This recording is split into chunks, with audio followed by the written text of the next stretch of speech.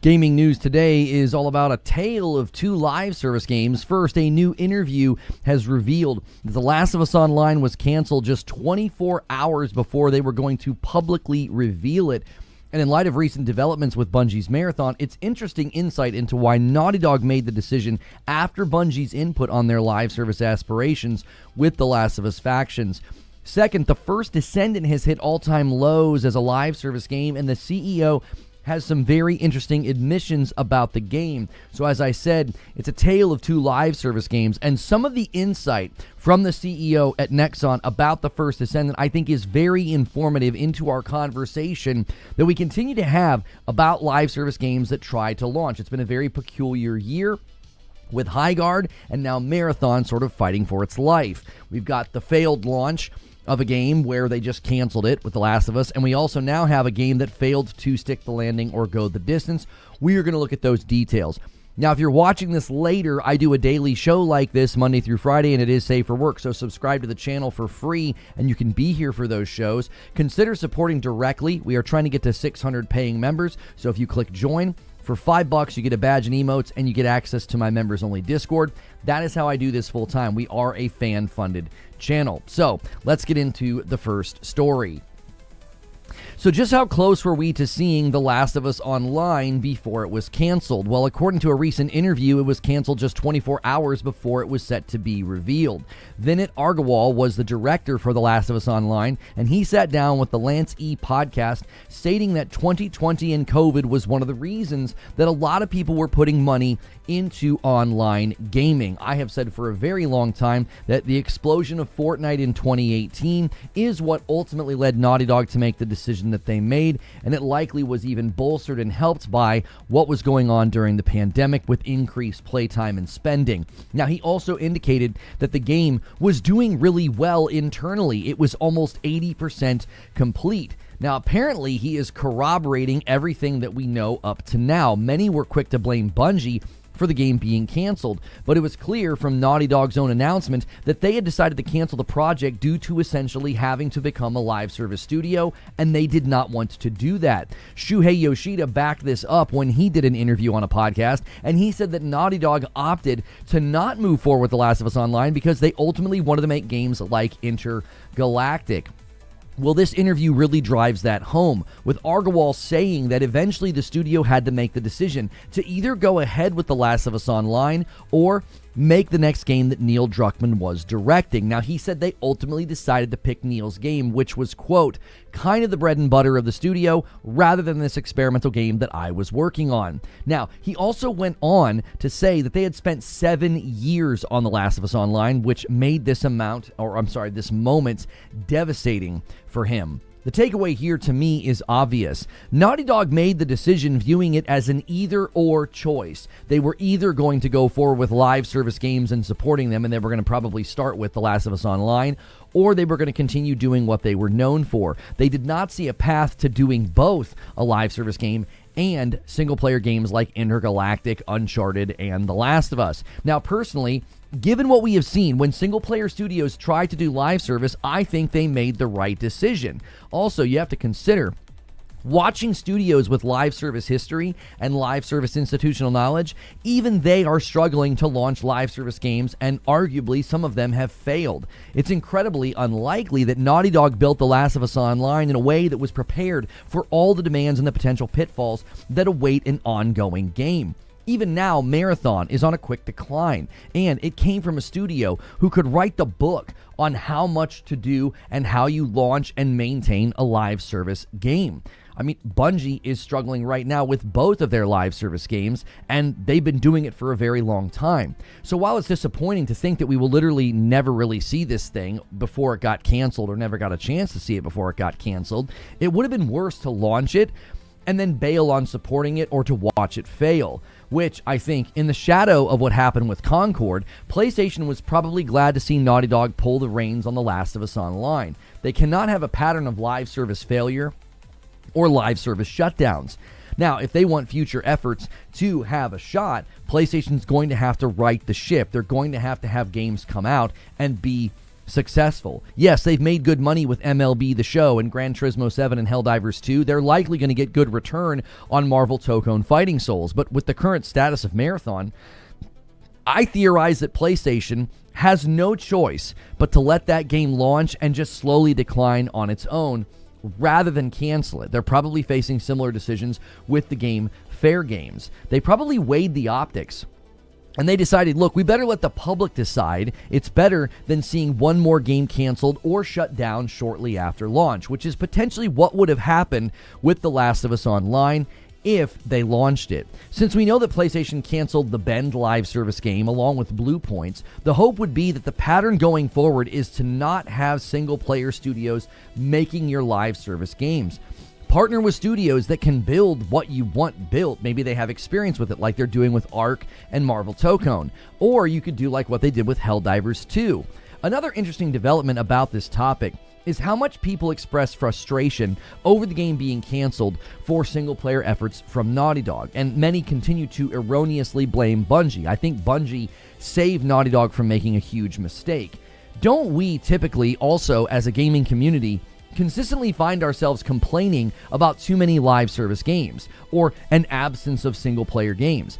I don't know. I sometimes feel like the gaming community has multiple personalities. One week, we're celebrating how well Resident Evil 9 did, a great big single-player AAA game, and then the very next week we claim that AAA is dead because an indie title like Slay the Spire 2 or Mugenics do so well, creating an idea that these games are almost pitted against each other when they're really not.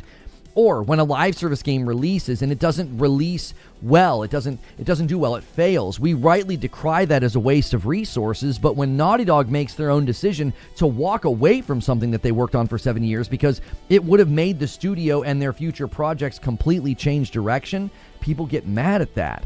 Wouldn't we celebrate abandoning another live service game to focus on what Naughty Dog is good at? These are the guys who made Uncharted and The Last of Us. Do you really want them pushing out map updates, nerf and buff updates, seasonal content, a battle pass? I don't know, it just feels like a lot of hand-wringing and anger over something that we all deep down know it wouldn't have had staying power. Even if it would have had staying power, it would have pulled away from their big single-player releases and felt like a terrible direction for the company. From where I sit, we have plenty of ongoing games. We don't have a shortage of them. I personally don't even have time for them anymore. So if the result is we get more Naughty Dog caliber single-player games and one less live service game, I fully support that decision, even if it was, as the director said, soul-crushing for him. Long term, I think Naughty Dog made the right call. But those are just my thoughts, and I'd love to hear your thoughts on the matter as well. Which I'll get your thoughts in just a moment, and speaking of going the distance, the next story is very interesting. Do you remember the First Descendant? No? Well, you'd be in good company, as the game was practically the definition of a flash in the pan. It went from a Steam chart-topping live service game to quickly becoming a meme with their attempt to basically sell TNA and half-naked clothes, outfits, or lack thereof of outfits, for the various female characters in the game. Recent remarks from the CEO are honestly very, I think, instructive into any live service conversation that we've been having. Heated debates about Concord and Highguard and now Marathon or future efforts like Fair Games, I think, can learn from what we've seen. Also, there's future forecasts for games like Horizon Hunter's Gathering, as well as they had a beta that didn't seem like it did all that well. Now, we should really consider, I think, what the Nexon CEO had to say about a game that once had over 250,000 concurrent players on Steam, and it now barely touches 5,000 concurrent player peaks a day on those same charts. And the first thing he said, I think, is serendipitous, given how much I've used this same phrase lately, and that phrase is staying power. He said that the First Descendant had a very strong launch, but no staying power. I have echoed the importance of staying power or going the distance a lot lately. Those are kind of phrases that I use whenever I talk about live service. Even back when I covered Destiny and other live service games and they were trying to launch, lots of people were trying to do the live service thing, I would commonly say that the biggest challenge is not creating a fun content loop. Figuring out how to get players to return every week, month over month, or ultimately year over year, that's the true challenge. I have played some very fun and very entertaining content loops in games like Returnal or RoboQuest, but that fun content loop isn't necessarily one that would translate into an ongoing game. So yes, you can make a fun content loop, but can you get people to come back every week and month for more? So many devs have proven that they can make fun loops or competent mechanics or satisfying gameplay that just feels good to play, but staying power is always the part of the recipe that poses the greatest challenge. Now, this is where the CEO's comments, I think, can be insightful. First, he admits that these problems are not fixed easily with a patch. He states that, quote, they require structural changes to game mechanics. Now, this is something I have commonly discussed with live service games that start to falter. I distinctly remember being in a closed-door creator feedback session for Anthem in 2019. I was in LA for E3, and they had a closed-door thing for Anthem, and I was a part of the group that was included. Now, the mistake they continually made in that meeting is they kept talking about adding new content and activities for players to engage with, and I felt like it lacked what was truly necessary for Anthem, which was you need to figure out what your game was supposed to be first, and then make the necessary and foundational decisions to get the game to that point. It didn't really have an identity. It didn't even really have a trajectory at that point. If you're bleeding players, adding content, it's like adding band-aids to a wound that needs to be stitched. You're not going to stop the bleeding. You can stack the band-aids as high as you like. You need to figure out the core cause of the bleeding first, and then you can bandage and do maintenance to the wound. This is something that the CEO of Nexon speaks to. He expanded on the idea of structure, and he said, quote, a structure that fails to sustain motivation to play drains the fun and leads to user churn. This gets to the heart of the matter. I have said for a very long time that if a studio answers one simple question, I can tell whether or not they have adequately planned for the future of their live service game. And that question is, why will players come back to your game? I've always maintained that the answer to that is a psychological answer and not a technical answer. As soon as a studio gives a technical answer, I know that their game is doomed, or at the very least, it's doomed to struggle. Typical responses to this question will be like, well, we're going to do seasons and events, and we're going to have new content. That's great. Everybody's doing that. That's basically the bare minimum expectation of a live service game. That's like answering the question, hey, why will people come back to your restaurant? And you answer by saying, well, we're going to serve food. Yeah, that's the base level expectation of a restaurant, is that you're going to serve food. It's the base level expectation of a live service game that you're going to have ongoing content. That's not why people will come back. That's just what they're going to be coming back and engaging with. The Nexon CEO points out you need structure and content that at a ground level motivates play. And if you don't, well, the fun goes down, and so does the player base. In other words, it isn't just about creating content or structure for said content. It has to be built around the idea of player motivation, of player incentivization. To say it another way, engaging with the psychology of the player's motivation at a structural level so they don't get bored and stop having fun. A very simple example is a rogue. If you're playing a rogue, you're getting currency when you're playing, and then when you die, you go back to some semblance of a hub, and you spend that currency to get stronger. Now, this structure does two things simultaneously. Number one, it's rewarding the player for their time, as well as their skill and how far they get. Number two, it motivates re-engagement. Well, why? Well, they got something for their time, it made them stronger, and now they can go do it again. They can go get more. This, at a foundational level, is what makes for a good live service loop. I'm not saying live service games should become rogues, but that system of getting something for your time, getting stronger, it's a system that works. You're rewarding their time, and they're like, well, now I know what I can expect, and now I'm going to come back. A reward structure so that the player feels like their time is respected and then adequately rewarded, but also a structure that's ongoing, so re-engagement is a natural response. I got X and Y for 2 hours of play. It added X and Y to my character. I want more X and Y for my character, so I'm going to play more tomorrow. Now, obviously, I'm making this very simple for the sake of discussion, but if you are not asking these questions at every level of development, then you are not thinking about the game from the proper perspective. This should influence your loot table, the items within the loot table, the perks or the attributes of those items. If you're not looking at everything through this lens, it's an almost guarantee that the content will not hit the player in the motivation part of their brain, which means fun and re-engagement are unlikely. Not just fun, but ongoing fun. They could have fun for a weekend, but if you're not engaging their brain in that way, they won't feel tethered or motivated or incentivized to come back. Now, the Nexon CEO went even further. He said that for them, quote, margins are shrinking and the population we get from launching new titles doesn't stick. We have to figure out why. Now, this is even more insightful in light of recent conversations that we have had about live service. When the population you get at launch doesn't stick, that is a threat to margins, as he admitted.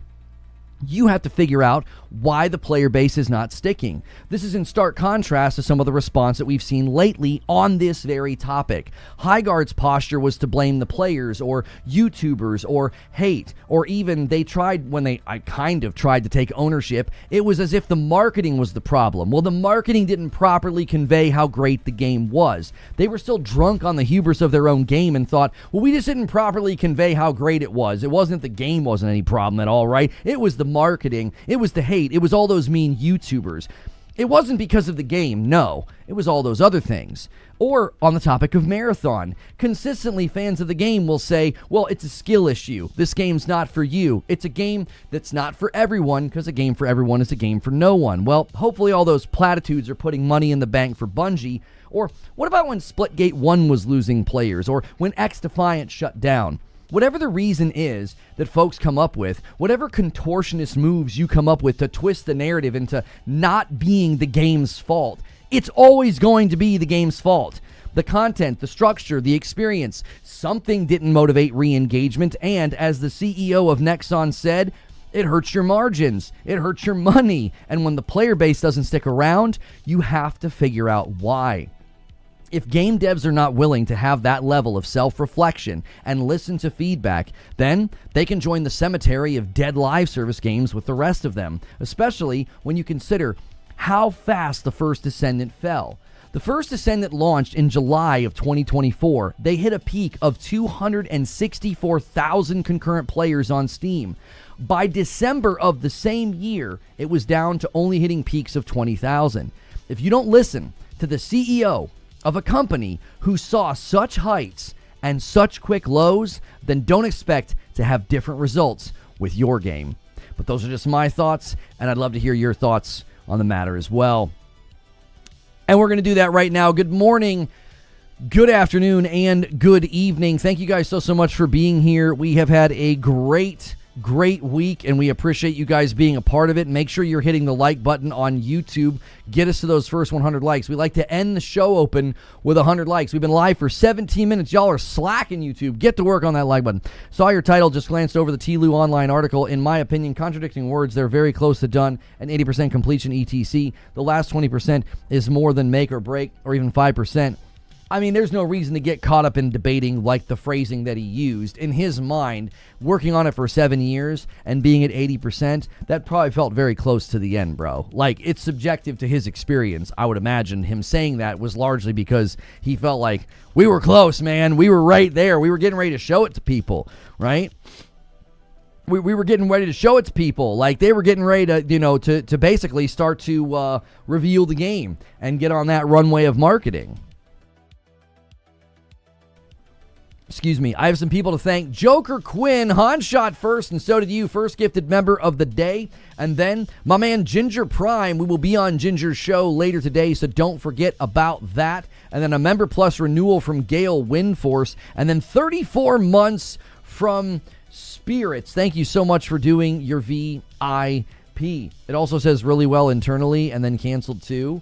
Right, but did you listen to everything else that has been said about it when Shuhei Yoshida said why they changed their mind, when Naughty Dog themselves said why they changed their mind? If you view everything within the context of that, you can generally understand why a game doing well internally, they decided to cancel it. It was going to fundamentally change the landscape, the nature, and the structure of their studio, and they didn't want to do it.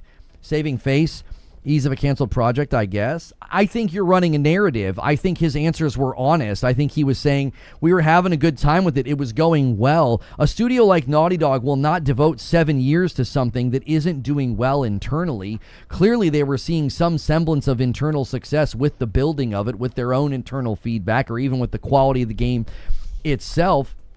And they were told by Bungie what it would take to support the game long term, and they decided to pull the reins up and say no. I mean, if you read his interview with any semblance of discernment, he literally says, we had to choose between the next game that Neil Druckmann was directing and The Last of Us Online. They saw it as an either-or decision. They didn't see a future where they can do a live service game and single player games. Shuhei Yoshida literally said this on a podcast. Was he lying as well? After he retires, he has some reason to run some false narrative about Naughty Dog and why they canceled The Last of Us Online. I think people are dead set on like twisting and contorting this into something that it's not. They were building something. They thought it would be good. They were told what it would take to support it. And they said, yeah, we don't want to do that. That's not the kind of studio that we are.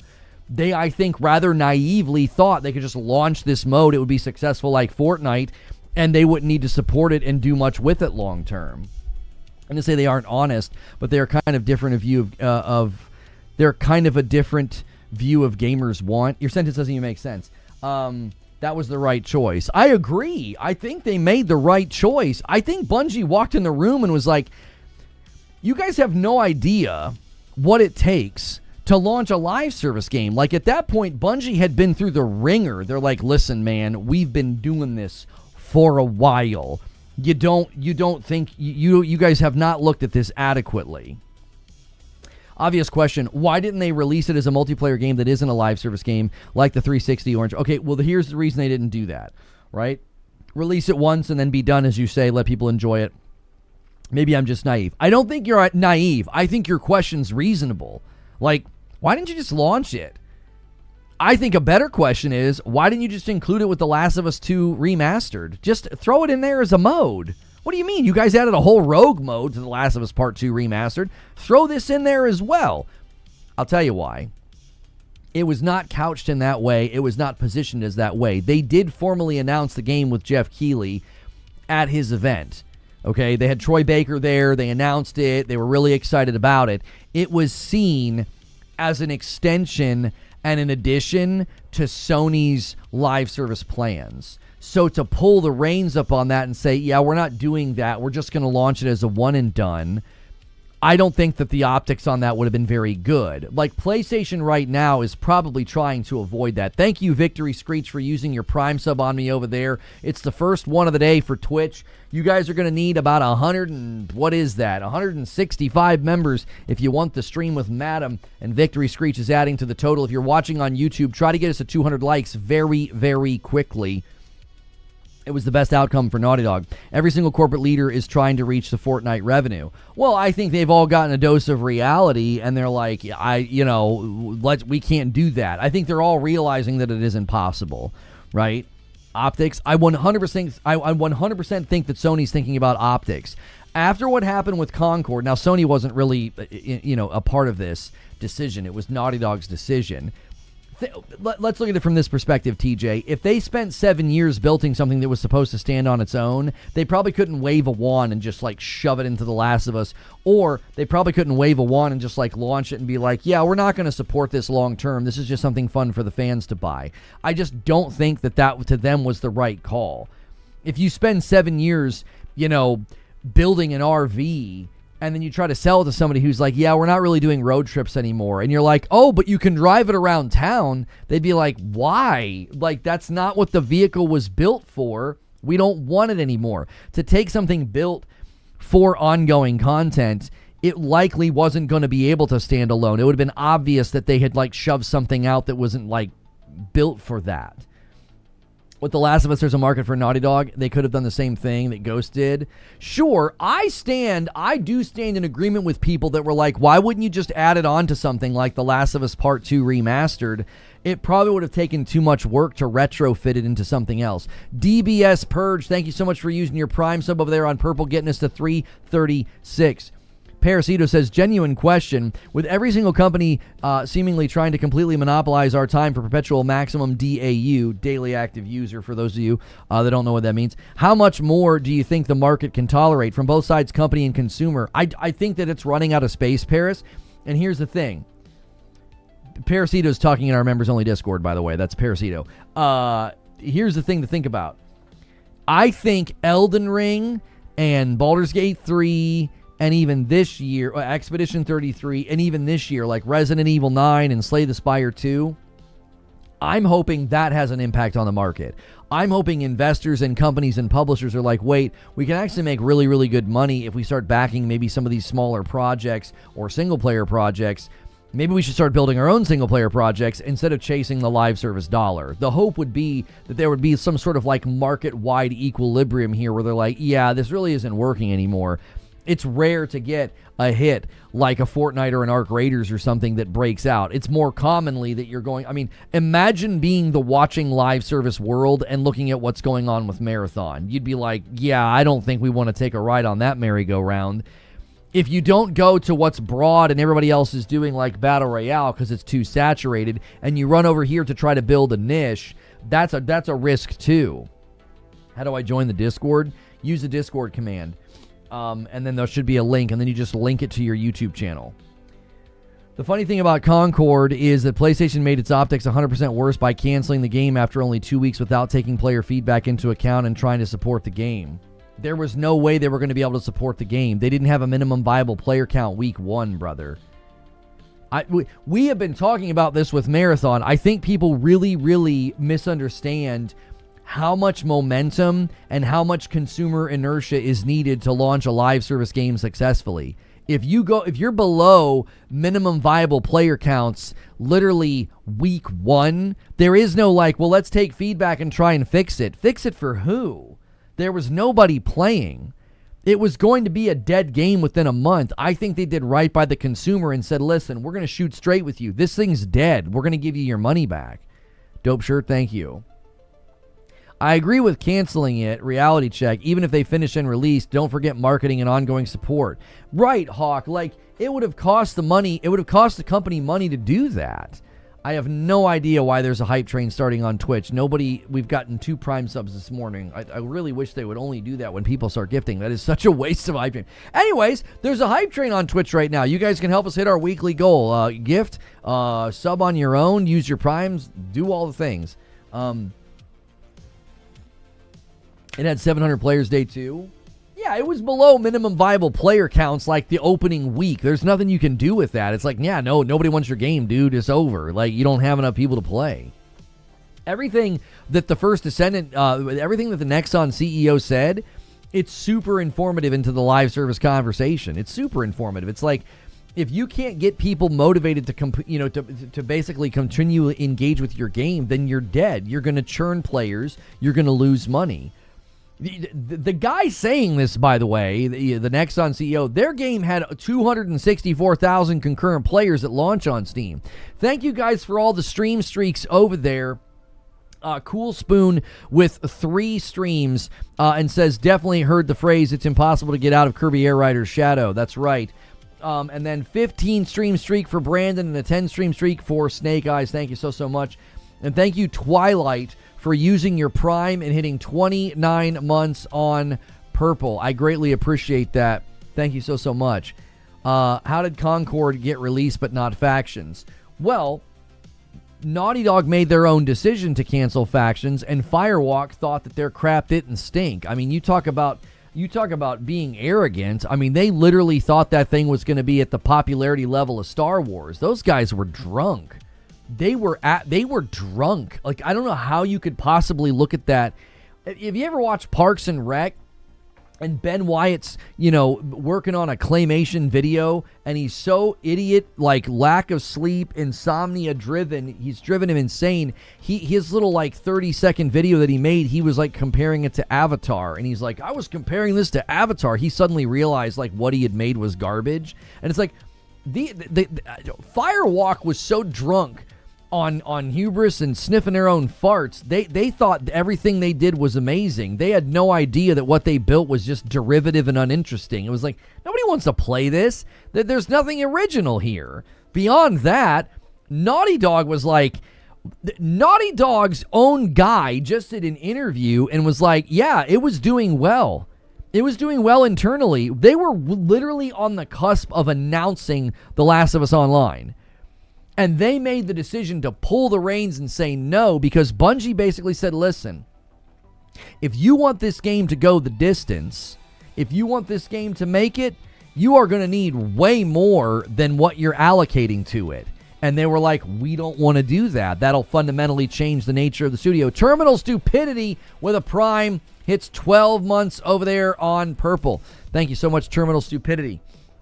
So, like, if you listen to his interview, it was an either-or situation. And Terminal Stupidity with the first big member bomb of the day, a 10 bomb. We had a 5 bomb from Ginger, but now we've got a 10 bomb from Terminal Stupidity, getting us a little bit closer to that goal to unlock a Saturday night stream with Madam. We missed it last week, and you guys need about 150 to get it there this week. Thank you so much, Terminal Stupidity. That's very generous. Bumble Pants just hit 5 streams in a row over there, and the hype train has rolled up to level 2.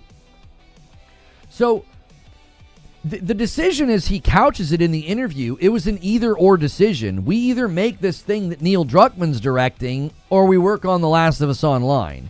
There wasn't room for both. There wasn't room for both. Whatever he was working on, what's good, Cool Spoon, Good Friday to you.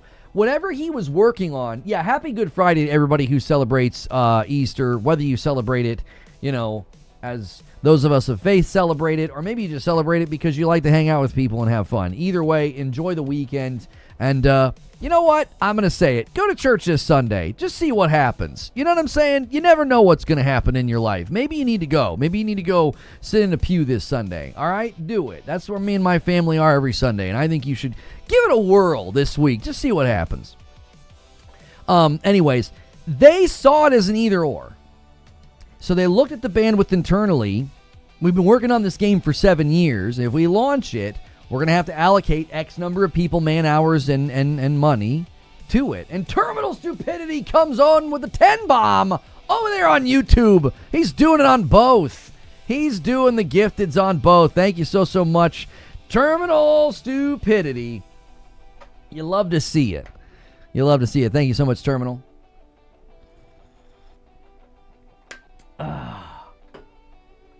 But yeah, I mean, I'm bummed. I would have liked to play it. Here's the thing that I think probably still happens. All right? Here's the thing that I think probably still happens. I think we'll still see it. I think we'll still see it. I think they made too much. I think it's sitting somewhere in a case, in a glass case that says, open in case of The Last of Us Part 3. You know what I mean? They built way too much. I think we'll see it one day. You know what I mean? Lono does love a live service. See what I did there? If you guys are thinking about a live service, maybe you should come to our live service this week. Come on down to First Baptist. That's so dumb that somebody probably will do that, though, and it'll be cringe. Ant Got No Games with 21 months and a Prime over there on Purple. Thank you so much. I appreciate it so much. The way you guys support the channel with your Primes and your subs and your resubs. Pan says, after the failure of Marathon, do you think half the studio will do Destiny 3 or the other half should do a single-player game? Here's the thing I don't think you're ever going to see Bungie do in this lifetime. Build a single-player game. Sorry. I don't think they're ever going to do that. On the same token of why you should not have your single-player studios trying to do live service, as we've learned with, like, Naughty Dog canceling their game. They canceled Bend. They canceled Bluepoint. Bluepoint was working on a live service God of War game. Like, what in the world? Like, no, stop it. Why are you having single-player studios try to do live service? You know, ZeniMax, we learned that ZeniMax was the reason that Arcane Austin was working on Redfall. They wanted a live service game. They wanted a multiplayer game. That's stupid. Why would you do that? Like, when we got the skinny on what happened with Redfall, it was like, no, don't make your single-player studios work on live service games. Redfall came out, was a disaster. Naughty Dog wasted 7 years on The Last of Us Online. Bluepoint wasted years on something that would have probably flopped and failed. Bend was working on something that'll now never see the light of day. Stop having your single-player studios work on live service games. On that token, you don't have your live service studio like Bungie suddenly make a single-player game, which, to be fair, Bungie could make an amazing single-player game. Their lore and their writing is quite good. And another gifted comes in from the Malice one over there on purple. Rolls us up to 360 and rolls the hype train over. Thank you so much for doing that. We are at level 4. We are at level 4 on the hype train. I think the record on the channel, we're at level 5. Well, the record on the channel is 14. I have a feeling that Factions would have launched as a banger and ooze with Naughty Dog quality. Too bad they couldn't get it to release as a standalone and fine-tune it with patches for a couple of months. I continue to think, though, Bro Sexy, that we'll see it. I think we'll see it. As you guys are piling in, it's Friday, and usually Fridays are a little bit light on the turnout. You can help us with that. Hit that like button. Get us to 200 likes. You guys have been crushing it this week. Let's go for that milestone. So, I think that we could still see it. I think that they could take it and, like, retrofit it to The Last of Us Part 3 as a mode or some sort of a side piece that they don't anticipate needing to support. That's fundamentally the dilemma of any live service game. You're allocating hours and work and time before you even have the game out there. Does that make sense? Like getting enough people and bandwidth and man hours, you know what I mean? It's like in order for that to work, you've got to have like a projection of like, okay, how many people are going to play and how much money are we going to make? And as that doesn't happen, you're likely going to be faced with making adjustments to like, well, I guess we'll have less people working on it.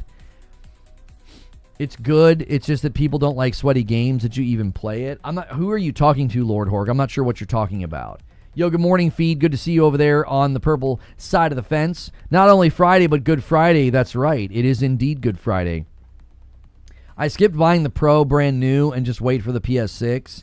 I'm seeing a lot of people make that recommendation, like don't buy the Pro. I think it's really, somebody asked me yesterday, and I said at $700, I think it was an amazing value. Now at $900, it's a completely different decision. The calculus is different. Like you're spending what amounts to like 2 games and some change extra. Like it really is going to pinch your gaming budget to buy a $900 console. It's hard to justify now. It's harder for me to. It was easy to recommend it when it was $700. It was like $700. Have you seen the results? It's an amazing console. Like it does really good. It hits above its weight class, severely hits above its weight class at $700. Even at $750, I believe it was still a bargain. It was like this is an amazing deal.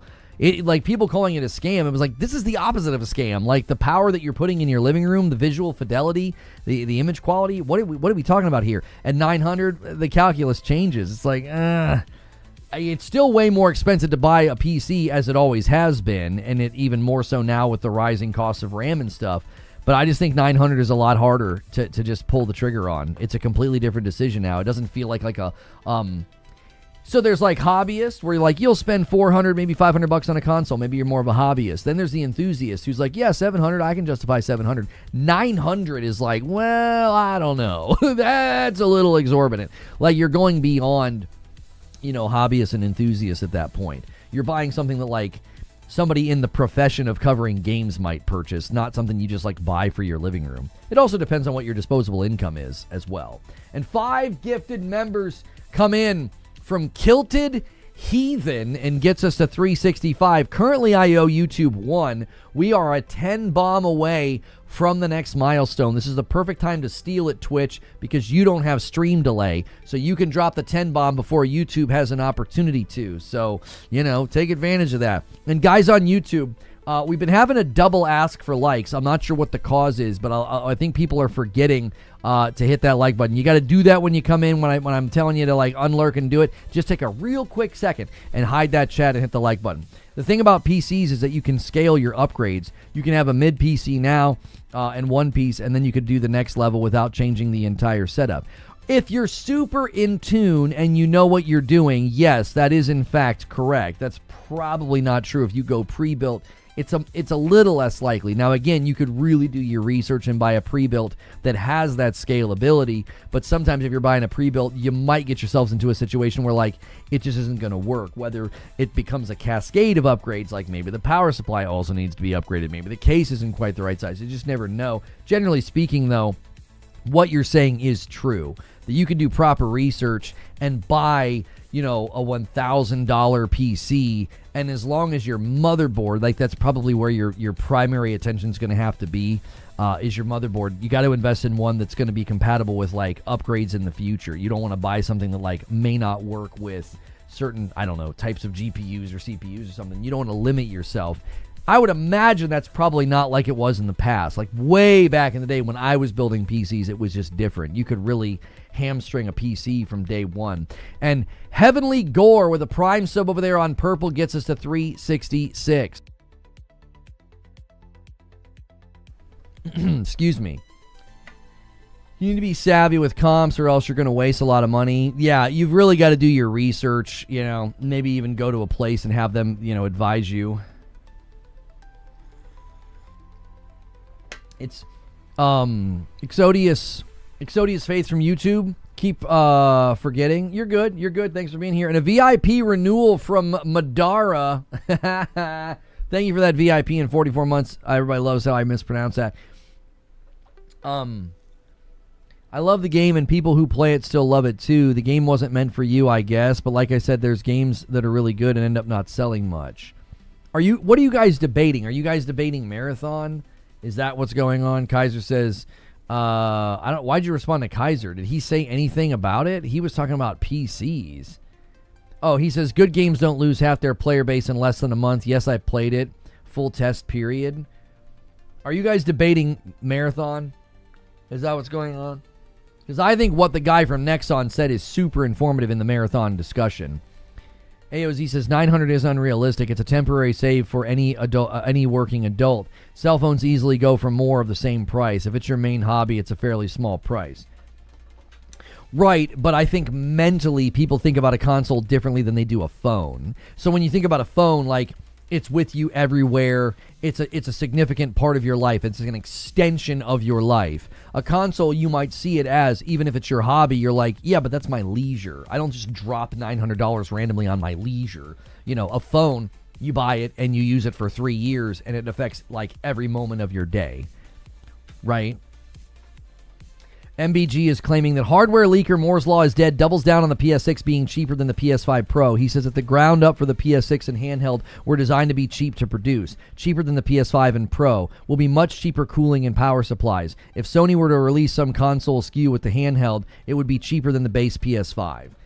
Yeah, I mean, Moore's Law is dead. I mean, we'll probably do a show on Monday about all of the stuff that he dropped. I've not had a chance to look at all of it, but it does look promising. That's the second tweet from MBG I've seen this morning, pulling from Moore's Law's video. He also said that Sony notified developers they're preparing to transition to have a new foundation that will scale games across their new family of devices. They made it more obvious to developers behind the scenes that the power saver mode for games on the PS5 is to have games ready for the PlayStation handheld that's coming. He also revealed PlayGo, Sony's version of Smart Delivery, was introduced a few weeks ago in a PS5 SDK Update 13. Sony also informed developers that they are winding down support for the PS4 and sunsetting it going into the next generation with the PS6 and the PlayStation handheld. I mean, it does really seem like they are gearing up. It does seem like they're gearing up in a way that I kind of was not expecting. I thought they were going to bide their time, and it sounded like, no, man, Sony's gearing up. They're gonna push this thing forward way faster than I expected. I kept saying it ain't gonna come in 2027. It's gonna be late 2028. I think the handheld's 2027. We're gonna get a better Portal this year in 2026. I don't know. It's sounding like that's gonna turn out to be very different.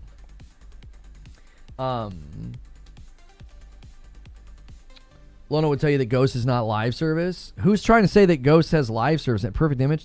Ghost does not have live service in it. No. It was a DLC that's contained with multiplayer, and there's not going to be any ongoing content. They're going to do a raid next week, and then that's the end of it.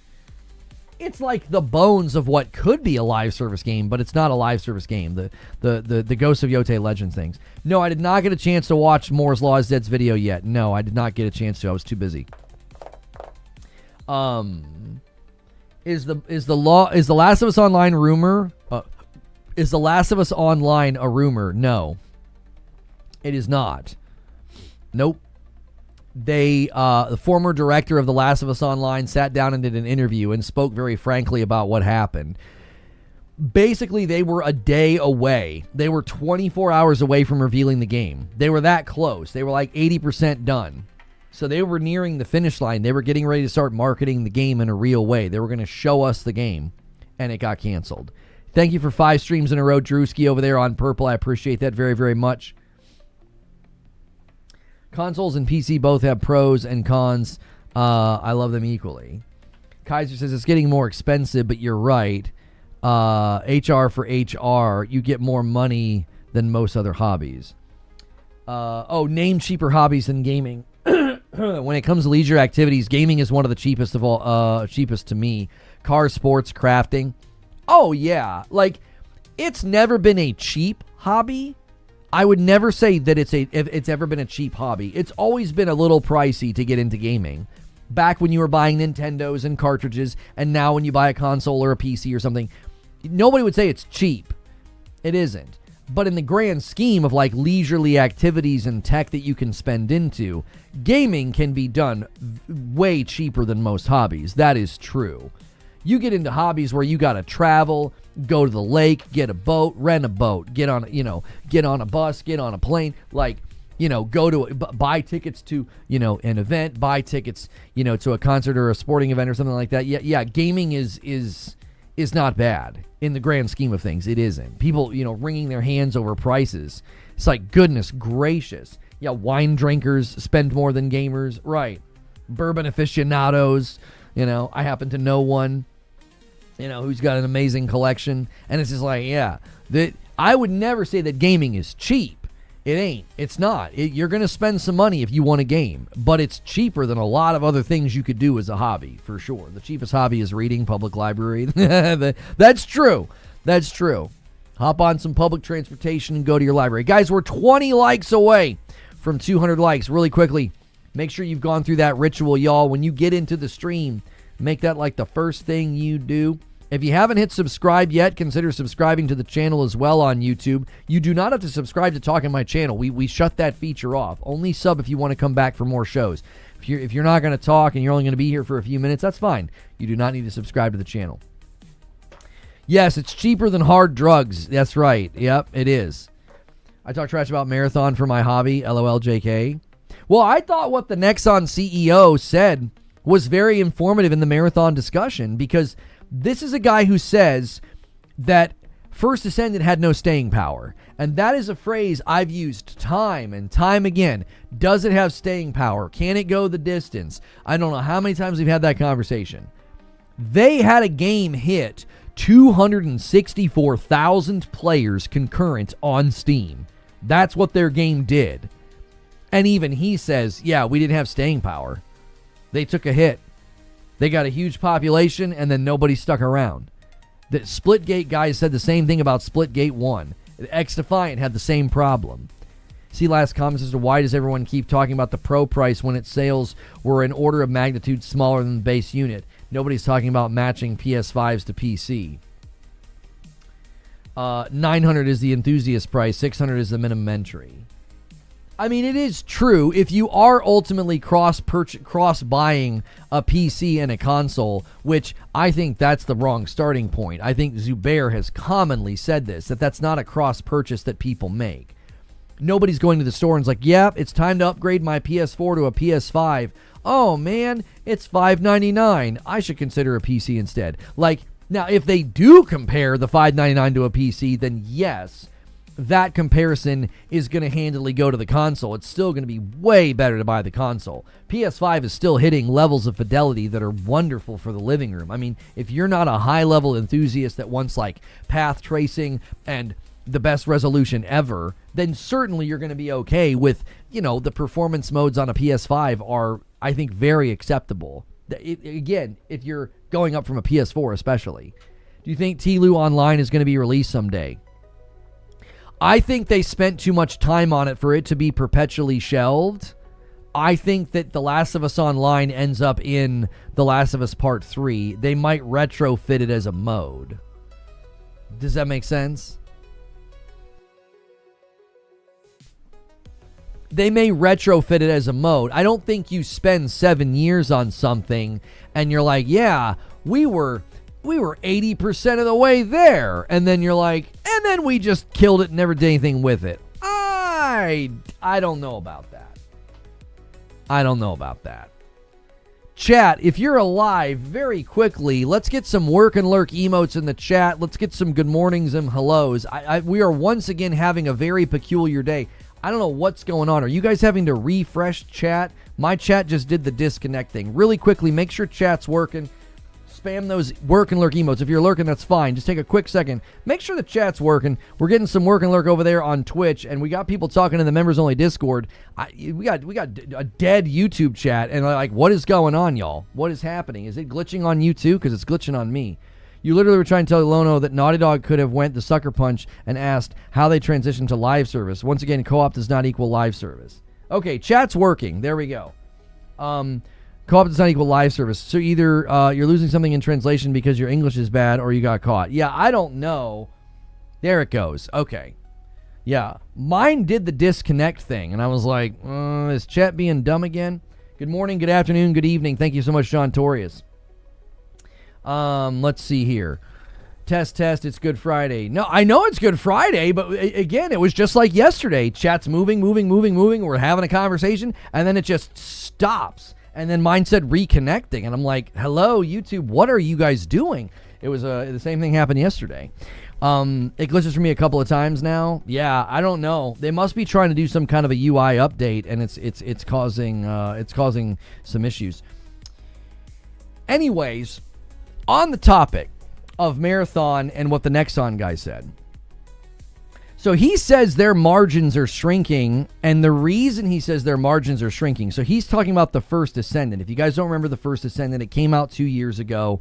They hit 264 concurrent players on Steam, and when they hit that concurrent player number, that was in like July.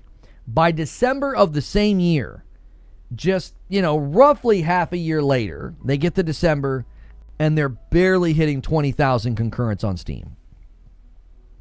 So, he says they hit that huge population and then it didn't stick and it caused them to lose margins. I think that's instructive on a lot of the commentary about Marathon. It's like they didn't even hit a big population and it's been falling. It's not sticking. It isn't. I don't think you could argue that the players are sticking around. It arguably is in decline. First Descendant sucked, that's why. Well, again, but that's such a simplistic explanation as to why the game didn't do well. Like, yes, I guess you could say any game that doesn't maintain a player base, quote-unquote, sucks. But if you want to do actual analysis, you got to go beyond that. Rizik with the 10 bomb bumps the line to 377. I now owe YouTube 2 members. The First Descendant was free. Well, okay, which adds to the conversation even more insight. Right? It adds to the conversation. It's like, it was free and they couldn't keep people around. They got in for free and hit like over 250,000 players on Steam. And then, they don't stick. They leave. I hate that I like this guy. I don't know how to take that. I'm going to choose to interpret it as a compliment. Yeah, Ben Starr says that Marathon will be Game of the Year because Jennifer English is in it. Even when people were hyped about the First Descendant, everyone could tell it was going to be dead in a month. Marathon's now below 20K averages. Right, like what he said's insightful. It's not just insightful for Marathon. What the Nexon guy said is insightful into why Sony just immediately cut bait, right? They were like, this isn't going to work with Concord. They just killed it. It's why Highguard was talking about, we don't need a big player base to be successful, and then they killed it. It's why Splitgate 1 didn't have staying power, and they thought the problem was like, we just didn't have enough content, for people to come back to. It was like, that wasn't the problem. X Defiant, same thing happened. They started losing players, couldn't maintain players. What's that do?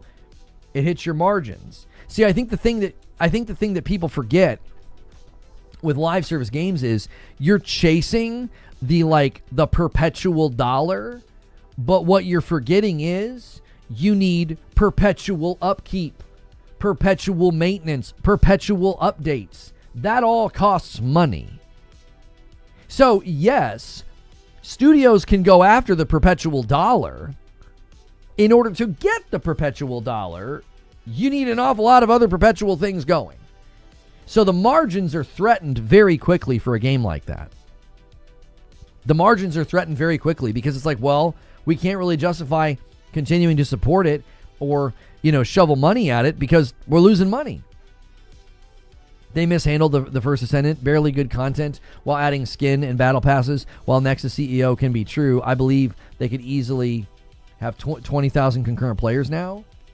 Well, I mean, hindsight's 2020 for sure. They could go back and say we could have added more content, but he actually said that it would take structural changes to fix the First Descendant.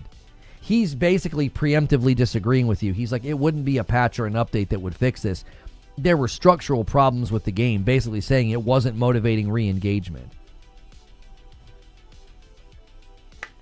Yo, what's good, Dan? It took Warframe systems, but made them worse, coming from a Warframe player. Saintster says, it's weird that the First Descendant fell off so quick. I thought the grind forced you to pay. The grind was too irritating. Fruchter says, First Descendant was an okay third-person shooter, but it was all about selling the booba. They appear that appeal only lasts so long. There are only so many people who will buy a bunny skin before getting bored. Well, and I'll be honest, I think it's really off-putting when you buy a game like that, and there's clearly, some sexy characters, and I started booting up the game, and I'm like, yeah, I don't want to see that the minute I boot up a game. That's not why I bought this game. You buy a game like that and you're like, yeah, this looks fun, and I'm not into that. I'm not gonna shame anybody who is into that. But then I boot up the game, and as soon as I land in that tower, I'm looking at people that are practically naked, and I'm like, yeah, that's not why I bought this game. Making that part and parcel to the game's identity, I think, makes it a tough sell for some people. It's like, I'm good. I don't need to see that. I'm here to shoot baddies and to get loot. I feel attacked. I mean, maybe you should. I'll shame them, the pervs. They had 2 years to fix structural content. Well, this Hawk, think about what we've been saying, though. You're like, they had plenty of time to fix the structural content. Right, but look at what happened. Within 6 months, they were down from 260-something thousand players to 20,000. When you have a tenth of your players, well, what are you going to do? What are you going to do? You're going to say, I don't know if we can spend that kind of money. I don't know if we can start to rework everything. It doesn't even sound like I don't even think he's indicating that they know what happened. Like, they know why people stopped playing. I don't think he's indicating that at all. He's saying, yeah, we were not getting reinvigoration. We were not getting re-engagement. People weren't motivated to play. Why are you hurting me so much? Listen, it's always good to self-reflect, y'all. It's always good to self-reflect, okay? Like, maybe you're doing a little too much gooning, I apparently forgot my power cable for the PS5, was packing someone walking this morning in the room, and I got distracted. The worst. It is the worst when you get all the way to the store and you're like, I don't have the thing, Cole. Well, this convo set my therapist back 2 months. That's all right. Maybe if the game that released was the game they showed us, it would have gone differently. Which game are you talking about, BMO? Know thyself, pervert. Bass Guru. And Cat with a VIP. That's a lot of months, Cat. 61 months. Thank you so much for all the support all these years, Cat. Apparently, I read that. Why are you hurting me so much? I read that. Mag was awesome, but it flopped. And I lived. I mean, First Descendant. Well, yes. I mean, BMO, if you go back, listen, if you guys go back and watch the First Descendant marketing, it did look pretty dadgum awesome. And I told people, I said, the reason I put the First Descendant down was the same reason that I played for a couple hours the first day, and just time just passed so quickly. It was so mindless and so easy to play that was the same reason that I put it down. It was so forgettable. It's like, I'm not doing anything significant. Like, you can just mindlessly grind and mindlessly grind, and then you end and you're like, I don't even really know what I did. Like, I can play a game like Power World with Madam, and we know what we did. We can see the progress. We've had some moments. We've had some fights. We've been working on Sworn. We got to King Arthur again last night. My build did not make it. We got all the way to his chamber, and I was crushing it, and I lost all my reses in the chamber room before you fight him because my guy was just too slow. I was like, the Rook character is just a chunky beast, but you get into the late stages of Sworn, and I was like, he's too slow. I can't get away from the attacks. And so we failed again, but we got all the way to King Arthur, and we've only been playing the game for like 10 hours, so I would say we're doing pretty well. But again, that's memorable because something of significance happened. And when I played the First Descendant, I was like, there's nothing significant going on. Yo, and Jay Rissick with 10 months over there on Purple. Thank you so much for using your Prime. And then TRM hits 48 months. That's a lot of months. That's 4 years. Welcome back, and thanks for doing a VIP. We are now exactly 20 members away from 400. Perfect opportunity to set us up to land this plane on a Friday. If you guys want the Saturday night stream with Madam, you're going to have to hustle. In about 3 hours, we're going over and doing the show with what's his name? That the redheaded guy. I'm kidding. Ginger. We're doing a show with Ginger on the Gaming Roundtable. Killzone 3 was awesome. Oh, 2, not 3. What up, kid? Trouser Snake says, what up, kid? Do I know you? You're speaking to me with familiarity. I don't know. That's a weird way to talk to a man. What up, kid? Edward Gifts, a member over there on Purple, and bumps the line by 1. Thank you so much for doing that, Edward. I appreciate it. And thank you guys for over 200 likes on the stream on YouTube, man. That's amazing. I appreciate it so much. At this moment in time, I genuinely think that a lot of companies that are looking to do live service, they have got to be reevaluating their plans. You're watching a game like the First Descendant go from 264 million concurrents to down where they are. I mean, you look at what happened to New World as an MMO, similar struggles. You're watching Bungie, the live service gurus, really struggle to launch a game. Edward says, gifts one to the crazy old guy. Thank you for gifting another member, Edward, over there on Purple. It's 36-20 in the contest between the platforms. I finally got to Biome 5 Snow Ice Biome last night in Returnal. So proud of myself. Loved the Don't Fear the Reaper stuff in Biome 4. Biome 4, Don't Fear the Reaper, and the soundtrack and the boss fight is, I think, one of my favorite moments in gaming that I've ever experienced. It's a dadgum freaking masterpiece. I wish I could re-experience it. Lona, you're like 50. Maybe enjoy the kid. I'm 44. I don't mind when I get carded or complimented at the liquor store, but when another man calls me kid, I'm like, all right, now hang on a minute. You better be in your 60s, brother. You ain't talking to me that way. You better be like a grandpa. You're going to be calling me kid. Do you think Gears of War E-Day will be exclusive or timed exclusive? I think there is a probability that it's a timed exclusive. Matt Booty said there would be games that are timed exclusive still, and he said it would probably be more of a production issue than anything. I don't think they're going to do a timed exclusive as like a marketing beat. The Xbox guys have really got to temper their expectations. I think they're getting strung along. I really do. I absolutely think they're getting played like a fiddle again. I think they're absolutely being manipulated into thinking things that are not going to happen. How do you do, fellow youth? That's right. Yeah, chum, turbo, buddy, pal, bud. Yeah. There's just certain words. You're like, what do you call me that for? A lot of these games, Derek says, had their individual problems and issues or barriers to success, but I wonder maybe that we missed something. We know attention spans have plummeted. Well, but okay, so attention spans have plummeted, then how did Arc Raiders do it? Right? How did Resident Evil 9 have so absurd levels of player numbers? How did Slay the Spire 2 have such absurd levels of player numbers? I mean, you're not wrong that attention spans have plummeted, but like there are still games that are having insane success.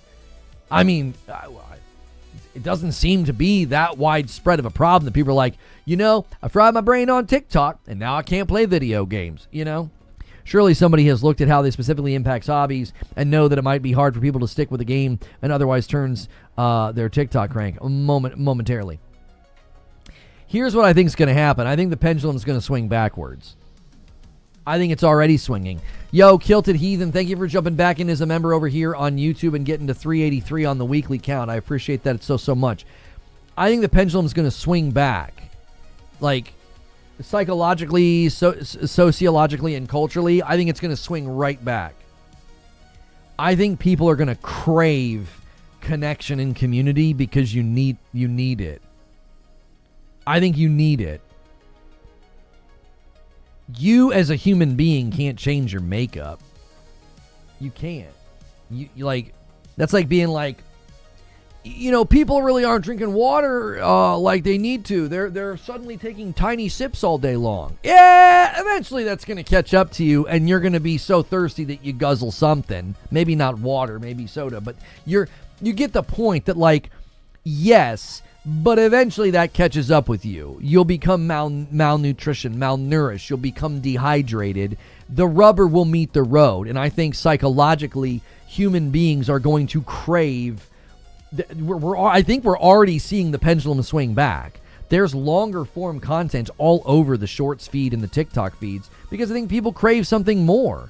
They're like, yeah, it was funny to watch like little Vine skits or, somebody dance, but I need something more than that, And yes, you're still hardwiring your brain to be very like attention addled, but I don't think that that's going to last. I don't think it's like going to be like a permanent stage in like our entertainment evolution where people are like, yeah, I just can't. I can't even watch a sitcom anymore. 20 minutes is too long. Like, I just don't know if that's going to be a permanent thing. I think it'll be something that swings back the other way. These things tend to ebb and flow. They don't stay in perpetual motion. This is why I think a lot of the industry commentary that we got from people that were like, the younger generation, exclusives are antiquated because the younger generation just doesn't care about these things. And I'm like, so the younger generation's only ever going to play on their cell phone even when they're adults? You think they're going to be perpetually 16? Like, it doesn't make an ounce of sense. I don't think people will be perpetually being like, I can't do anything that's longer than a TikTok. I actually learned that sipping when you were sort of dying in the desert is bad because it wastes the water. Your body won't even know you drank anything. Even if it's just a tiny sip. Really? That's interesting. You want real human connection in gaming to return, then bring arcades back. I'm not necessarily saying real human connection in gaming. What I'm saying is, I think the pendulum has swung so far from COVID, and people are being so antisocial and so like inward and insulated, and honestly I think it's people are developing and turning into degenerates because of it. I think they're turning into very weird beings. Like, it's almost like they're devolving into like, Cro-Magnus caveman, ugh, gimme naked lady, like I feel like they're devolving. And I think the pendulum will swing back the other way. I think eventually they're going to crave something more than what they're getting. They're going to crave community. They're going to crave people. They're going to crave longer forms of entertainment. It'll eventually swing back the other way. I don't know. These things can't be said to ebb and flow. We've never seen this kind of digital hypersimulation before. It's true, but I don't know. You could obviously get very philosophical and talk about the fact that, like, we are the ones that created technology and now technology's rewiring us. Like, you could get very, very, like, zoomed out matrixy on this. Like, we basically have become the battery that fuels the machine because the machine craves attention and the machine craves your eyes. And that's what you're doing. You're feeding a machine like a battery. You're basically doing... The Matrix was at some level prophetic. The machines are now rewiring us as if they are God, right? And so you could get into a big philosophical discussion about that and talk about how, like, well, we don't know what the ramifications of this will be. I have, a belief about a deeper part of humanity that can't be hardwired or changed, and I believe those cravings will always be there, right? They will always be there. And eventually people are going to say, I'm malnourished. spiritually and psychologically. I'm malnourished relationally. I need something more than this. And they're going to find it. They're going to go out and find it. They're going to start to go back out to those third spaces. I think you're going to see in the next decade or so, I think you'll see a resurgence of, people gathering in places of worship. I think you'll see a resurgence of people going back out more and being more communal and being more social. I think the pendulum will swing back. That's just kind of how these things tend to go. I could be wrong. We could be descending into a pit of madness that never goes back. I don't think that that's the case. I don't think that there's parts of us that are ever going to go away, regardless of how many TikToks we watch. Gaming culture shifts. Arcades were everywhere and incredibly important until they weren't. What if the gaming market now and foreseeably just doesn't have enough people who will pay for more then? I mean, that's always a concern for any market, is that you basically hit your apex and then you plateau and then you slowly decline, which results in less money. Yo, Top Reply, I missed your resub. I'm sorry about that. Over there on Purple, Top Reply with a tier 3 adds to the total 29 months. Sorry for the delay, rent's due. That's right. Rent's due, boys.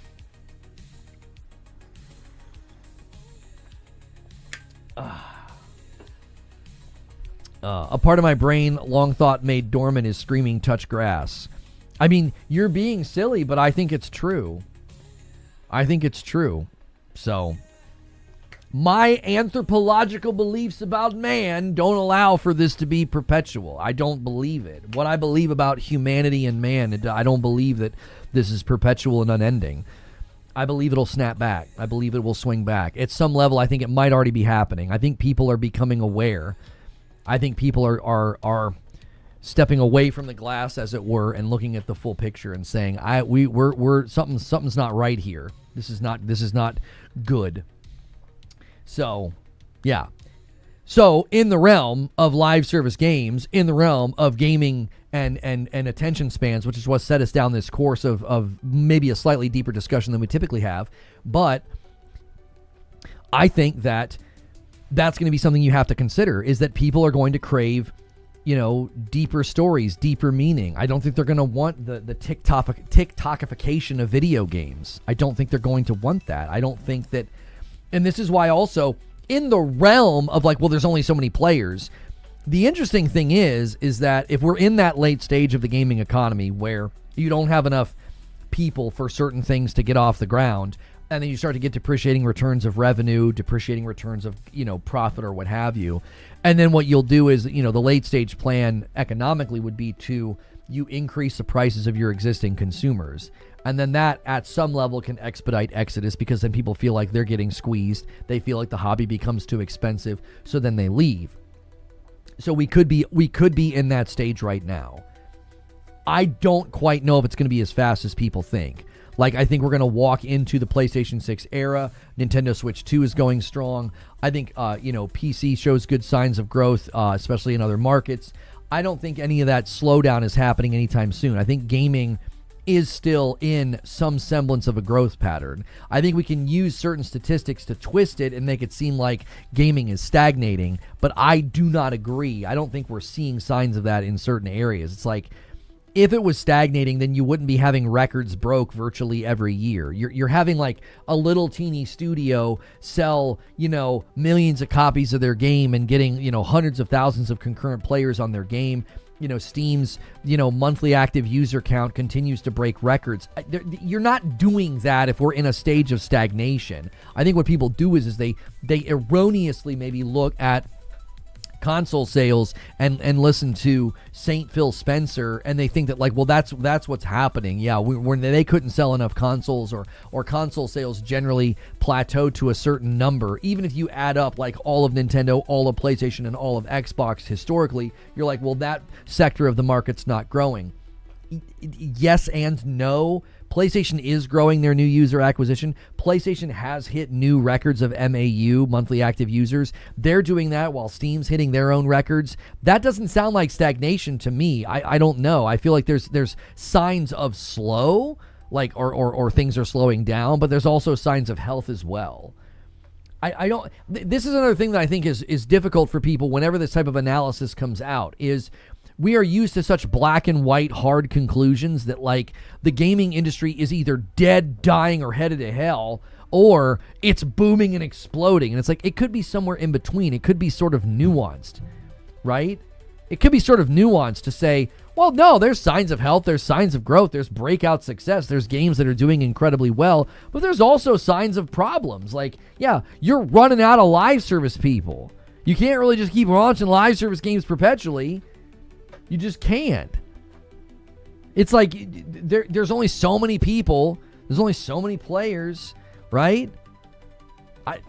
So yes, you're seeing those. I think you're seeing those signs in those types of games. But then, yeah, like GTA 6 is going to come out and make everybody go, oh my gosh, the gaming world is alive and well. And then gaming will look even better when like GTA 6 Online launches and they hit record number of engaged players and activity and server strain. I think there's a lot of elements to gaming that I think in these discussions gets turned into like quick buzzword talking points. You can throw it on a thumbnail and say AAA is dead and dying, or AA's and indies are destroying AAA. And then you look at the actual numbers and you're like, yeah, that's not true. Yeah. I mean, literally, over the course of the last 4 to 5 years, I've watched YouTube channels literally make videos saying that live service is ruining gaming. Those same channels gushed over Helldivers 2 and gushed over Arc Raiders. I thought live service was killing the industry, though. I thought live service was ruining gaming. Do you see? I think there's a huge dilemma right now. You have to battle headline headcanon. Like, I was trying to think of a phrase just now to describe this, and that's what I've come up with, is headline headcanon. You have to be super cautious about this. You see a thumbnail, you see a headline, and that becomes headcanon. And then you start viewing everything through the lens of, well, my headcanon, the way I view the world, the schema through which I view reality is AAA sucks. What? Live service is ruining the industry. And then you're like, how many hours do you have in Arc Raiders? 72. Do you see? It's like you have headline headcanon. Like that headline doesn't represent reality.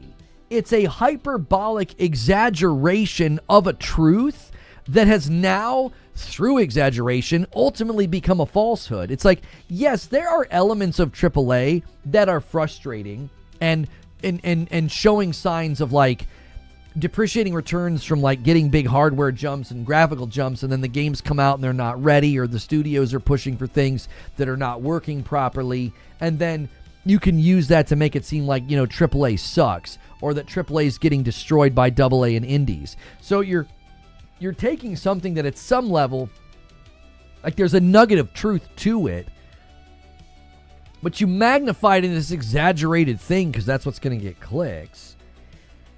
And then that becomes headcanon for somebody.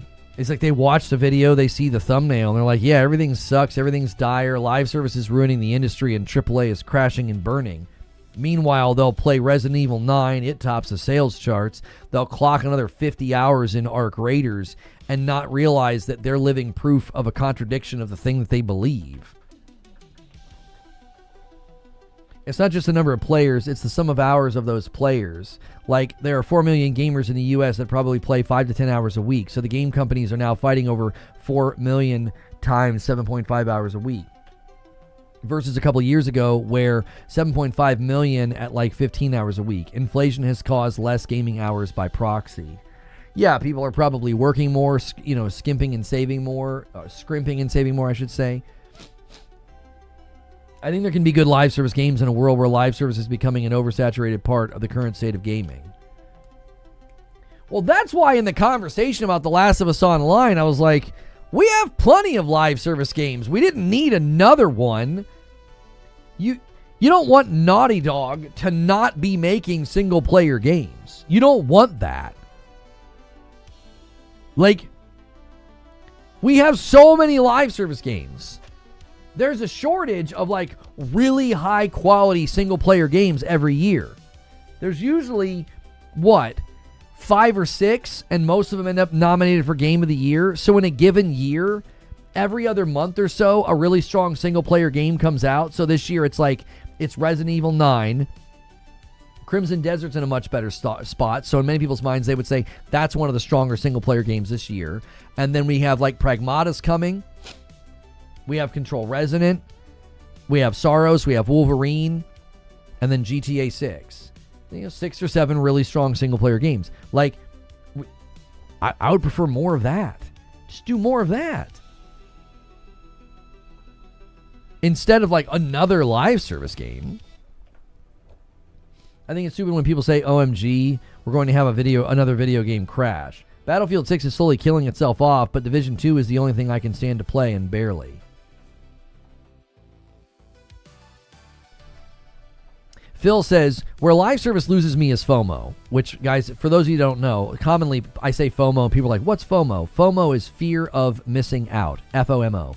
Where live service loses me is FOMO. Once I start to experience it, I start to check out. It mentally is never good for me.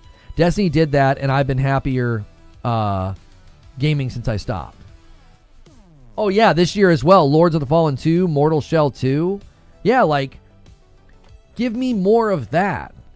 You know what I mean? If every month is taken up by 1 or 2 really good single-player games, homie, let's go. I'm there.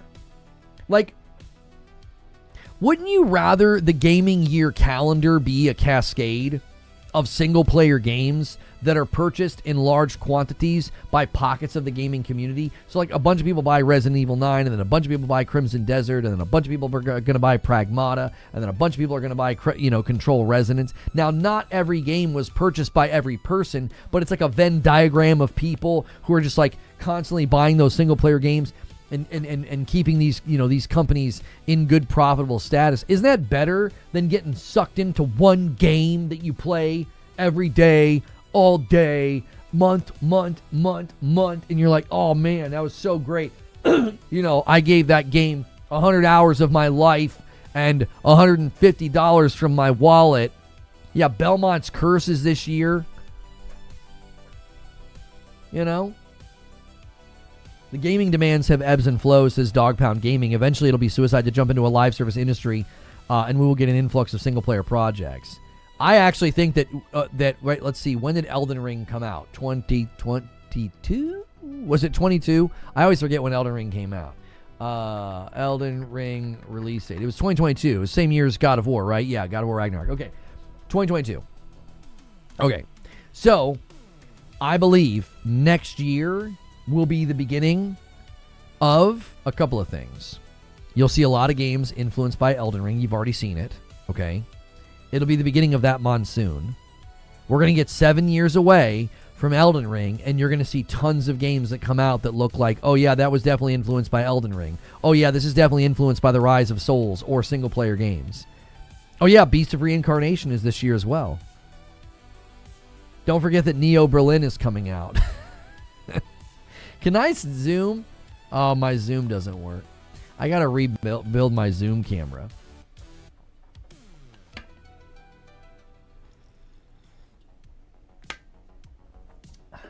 Yeah, Onimusha.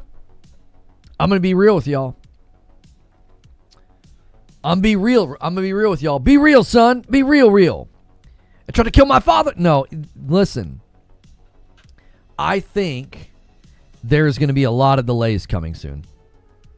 The year is too full, and as soon as we know that GTA 6 is immovable, I think we're going to see a lot of delays. Yeah, Phantom Blade Zero is this year as well. You said, I gave game X years of my life. You can't use that phrase with a game if it makes it sound like a divorce. Why? What do you mean, AOZ? I mean, that's how it was with me and Destiny. All of a sudden, one day, all my furniture and all my clothes were on the lawn. They're like, you can't play no more. I was like, okay. That kind of was a divorce. It was raucous. It was a raucous divorce. I still think the ill game is a scam. Haven't heard a thing from it. Lego Batman, another one. Do you see? Isn't it wonderful that we have so many single-player games coming out this year, and We're forgetting. There's so many coming out that we forget some. I think that's a pretty good place to be, guys. Isn't that better than another live service game? I mean, look at what happened with Concord and Highguard and Splitgate 1 and X-Defiant. Look at what happened with Kill the Justice League. Why? Why have studios waste that kind of time and resources? I think... I'll say it this way. I actually really, really hope... Yeah, I forgot about the 007 game. Tomb Raider. That's right. I think Tomb Raider... I think some of the ones that we've seen less of, like Tomb Raider and stuff, I think they get delayed. I don't think we've seen enough in the years too full. I think there's going to be a handful of delays. I do. I think Fable gets pushed out of this year. I think Tomb Raider is very likely to get pushed out of this year. There's a handful of like really ambitious looking titles that I just don't think make it because there's just too much going on. The calendar is just busting at the dadgum seams. In like 1 week. In like 1 week it starts. And it's, yeah. It's not going to slow down until we get all the way to GTA. It's just going to be a constant barrage of games. All right, Nick, let me finish my thought there. I think that I really, really hope that The Last of Us Online releases. I hope The Last of Us Online releases in some capacity in the future so that I can be proven right. And I'll tell people, do you see? This wouldn't have made it. This wouldn't have made it, boys. There's just no way. Like, I genuinely hope that we get to see it one day for that reason. So that we can say, oh, you know, yeah, this wouldn't have made it as a live service game. You know, because there was a video, I think I reacted to it at some point. I forget when we did that. But there was a video where, you know, the guy argued that in light of Arc Raiders, he was like, man, Naughty Dog's got to be kicking themselves because the Last of Us factions could have done it first and been huge. And I'm like, well, I think there's a big difference. Embark Studios was backed by Nexon, and they knew what they were doing and what they were attempting to build. They were attempting to build something ongoing to the point that when they tested it internally, they were like, yeah, this being PvE only, it's going to get boring.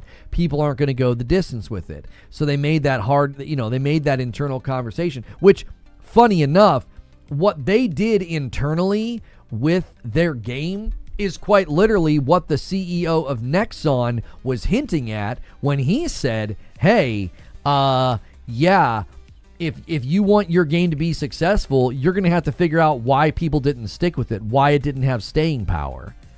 And Embark literally did that. They were like, internally, what's the First Descendant news? The CEO of Nexon said the game has no staying power, and they need to figure out why they had such a big population that didn't stick with the game. It was a pretty significant statement from him. And I think Embark Studios literally did that self-reflection. They were like, people are not going to stick with this game because PvE only is boring. So they spiced it up with the PvP aspect. Now, I have maintained that it's still a PvE game in disguise. I think that the greatest trick the devil ever pulled was, you know, tricking the world into thinking he doesn't exist. And then the greatest trick that Arc Raiders pulled was tricking people into thinking they're playing an extraction shooter. They're not. They're playing a looter shooter. And that's why it's doing so well. Because I think PvE loot-based content properly built is very, very enjoyable. And also somewhat addicting. So I think they did the right thing. They internally asked those questions, and I don't think Naughty Dog was equipped to ask those questions. I don't think Naughty Dog had that in their purview. So if The Last of Us Factions would have come out, or The Last of Us Factions 2, or The Last of Us Online would have come out, it likely wouldn't have been built with any of those things in mind. What was their experience up to that point? Their experience was single-player games and modes. They had a PvP mode in Uncharted. They had this factions thing in The Last of Us Part 1, which was surprisingly way more popular than they expected.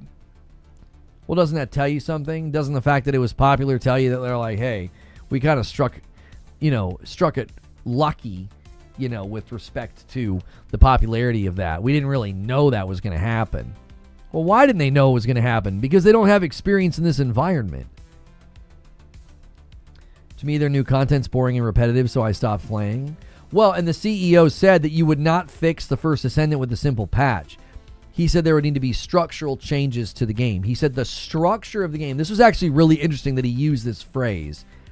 The structure of the game has to motivate people to play, not the content, the structure. So again, he's getting to the heart of the matter when it comes to live service games. It doesn't matter if your content loop is fun. The fabric of the game has to be motivating people to log in every day and come back the next day, or at least come into the game on a couple of times a week basis, every other day or something like that. Warframe does the whole content loop much better than the First Descendant. It's a shame. And thank you, Fastflex is double dipping. The man himself getting 14 months on Twitch, boom, and 49 months in a VIP on YouTube.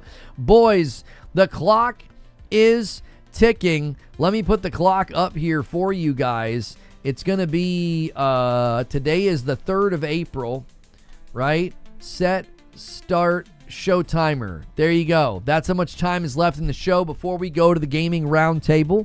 We go at 1 p.m. Eastern. That is how much time you have left to get the member count on the week to 500.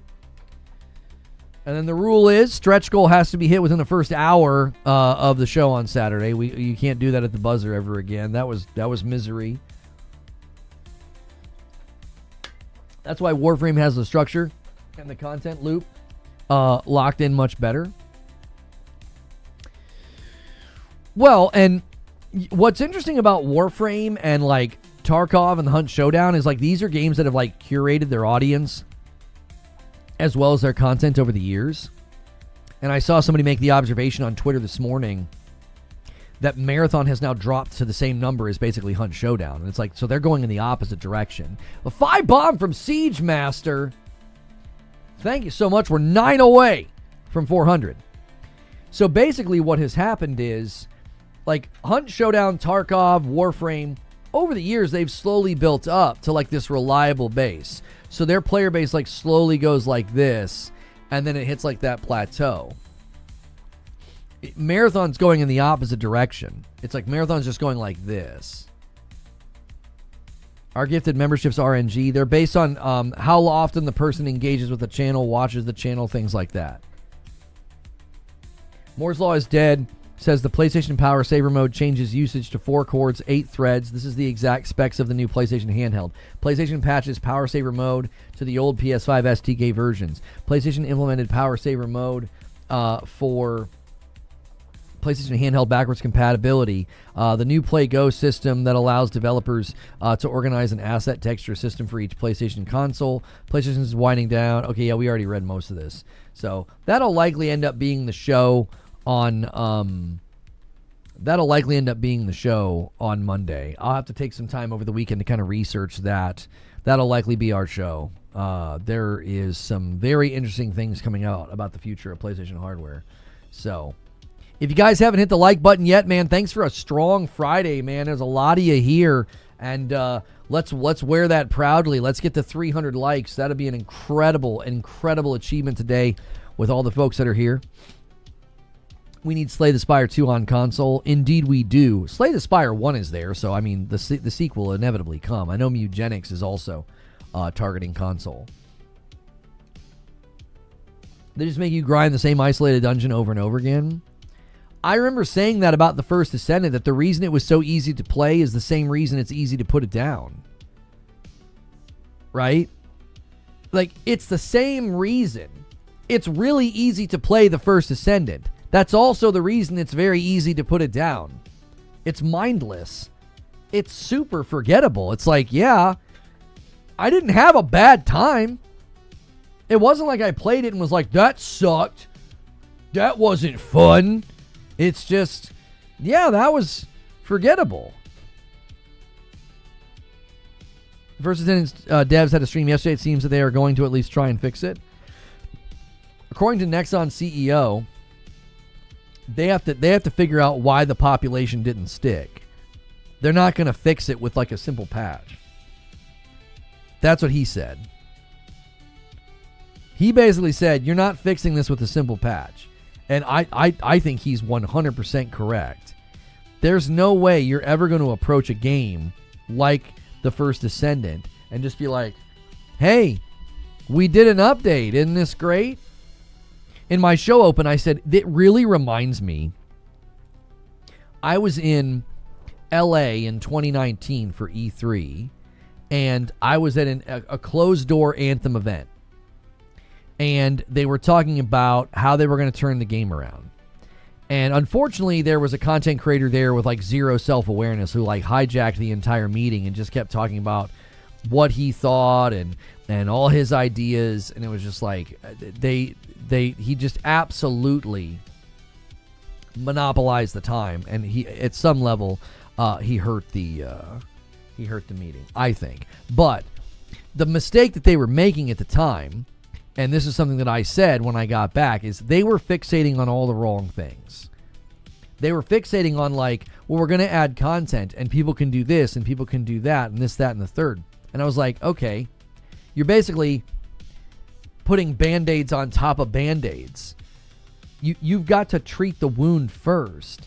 You're bleeding players. Nobody's interested. Nobody's playing anymore. You have to cast a vision. Now, I think they started to do that when we saw the Anthem 2.0 blog post. And I was like, this is what you need to do.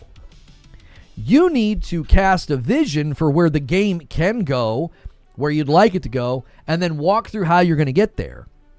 Taking the existing game and just like tacking on content to it, it was like, yeah, that's not going to do it. So First Descendant, similarly, if they want to have a 2.0 moment, they're going to have to really, really dig deep and get into the question of, you know, what is it that we can do at a foundational level to fix these problems, not just add content. They could add 10 more boss fights tomorrow. It wouldn't matter. It's like that's not the issue. You have attractive characters and skins, and that's what the First Descendant is nowadays. I'll be honest, I think they would need to do a new game. I don't think you can just add on to the First Descendant anymore for a couple of reasons. Reason number one, I think the identity of the game has become too close to the X-rated line. Like, it looks like a game that like your average, you know, mid-lane casual dad gamer is just not going to want to turn on in their home. I'm not being a Puritan. You can have your games. You can have your half-naked waifus and all of that. Listen, I'm not trying to police that part of the world. I certainly don't play games like that. You guys know I have my own thoughts, you know, on the psychological impact of that kind of content. And I've warned you guys time and time again about it. And, you know, there's more and more studies and articles coming out about the dangers of that kind of content, okay? I'm not going to get on that soapbox. But I will say that hurts the game's receptibility to a broader audience. Also, with all due respect to the Gooners, I don't think you're putting in the hours that a live service game needs. I think it's like I'll pause. I'll get into the game. I'll buy some skins. I'll look at the characters or whatnot. But like, if you're not there for the gameplay, right? Dear Lord, if you're not there for the gameplay, that audience actually is a threat to the longevity of your game. I'm being honest. I'm being honest. I mean, what are you gonna do, chat? What are you gonna do, man? There was nothing I could do about it. It just happened. It's just what I said. I said what I said, okay? We gotta move on.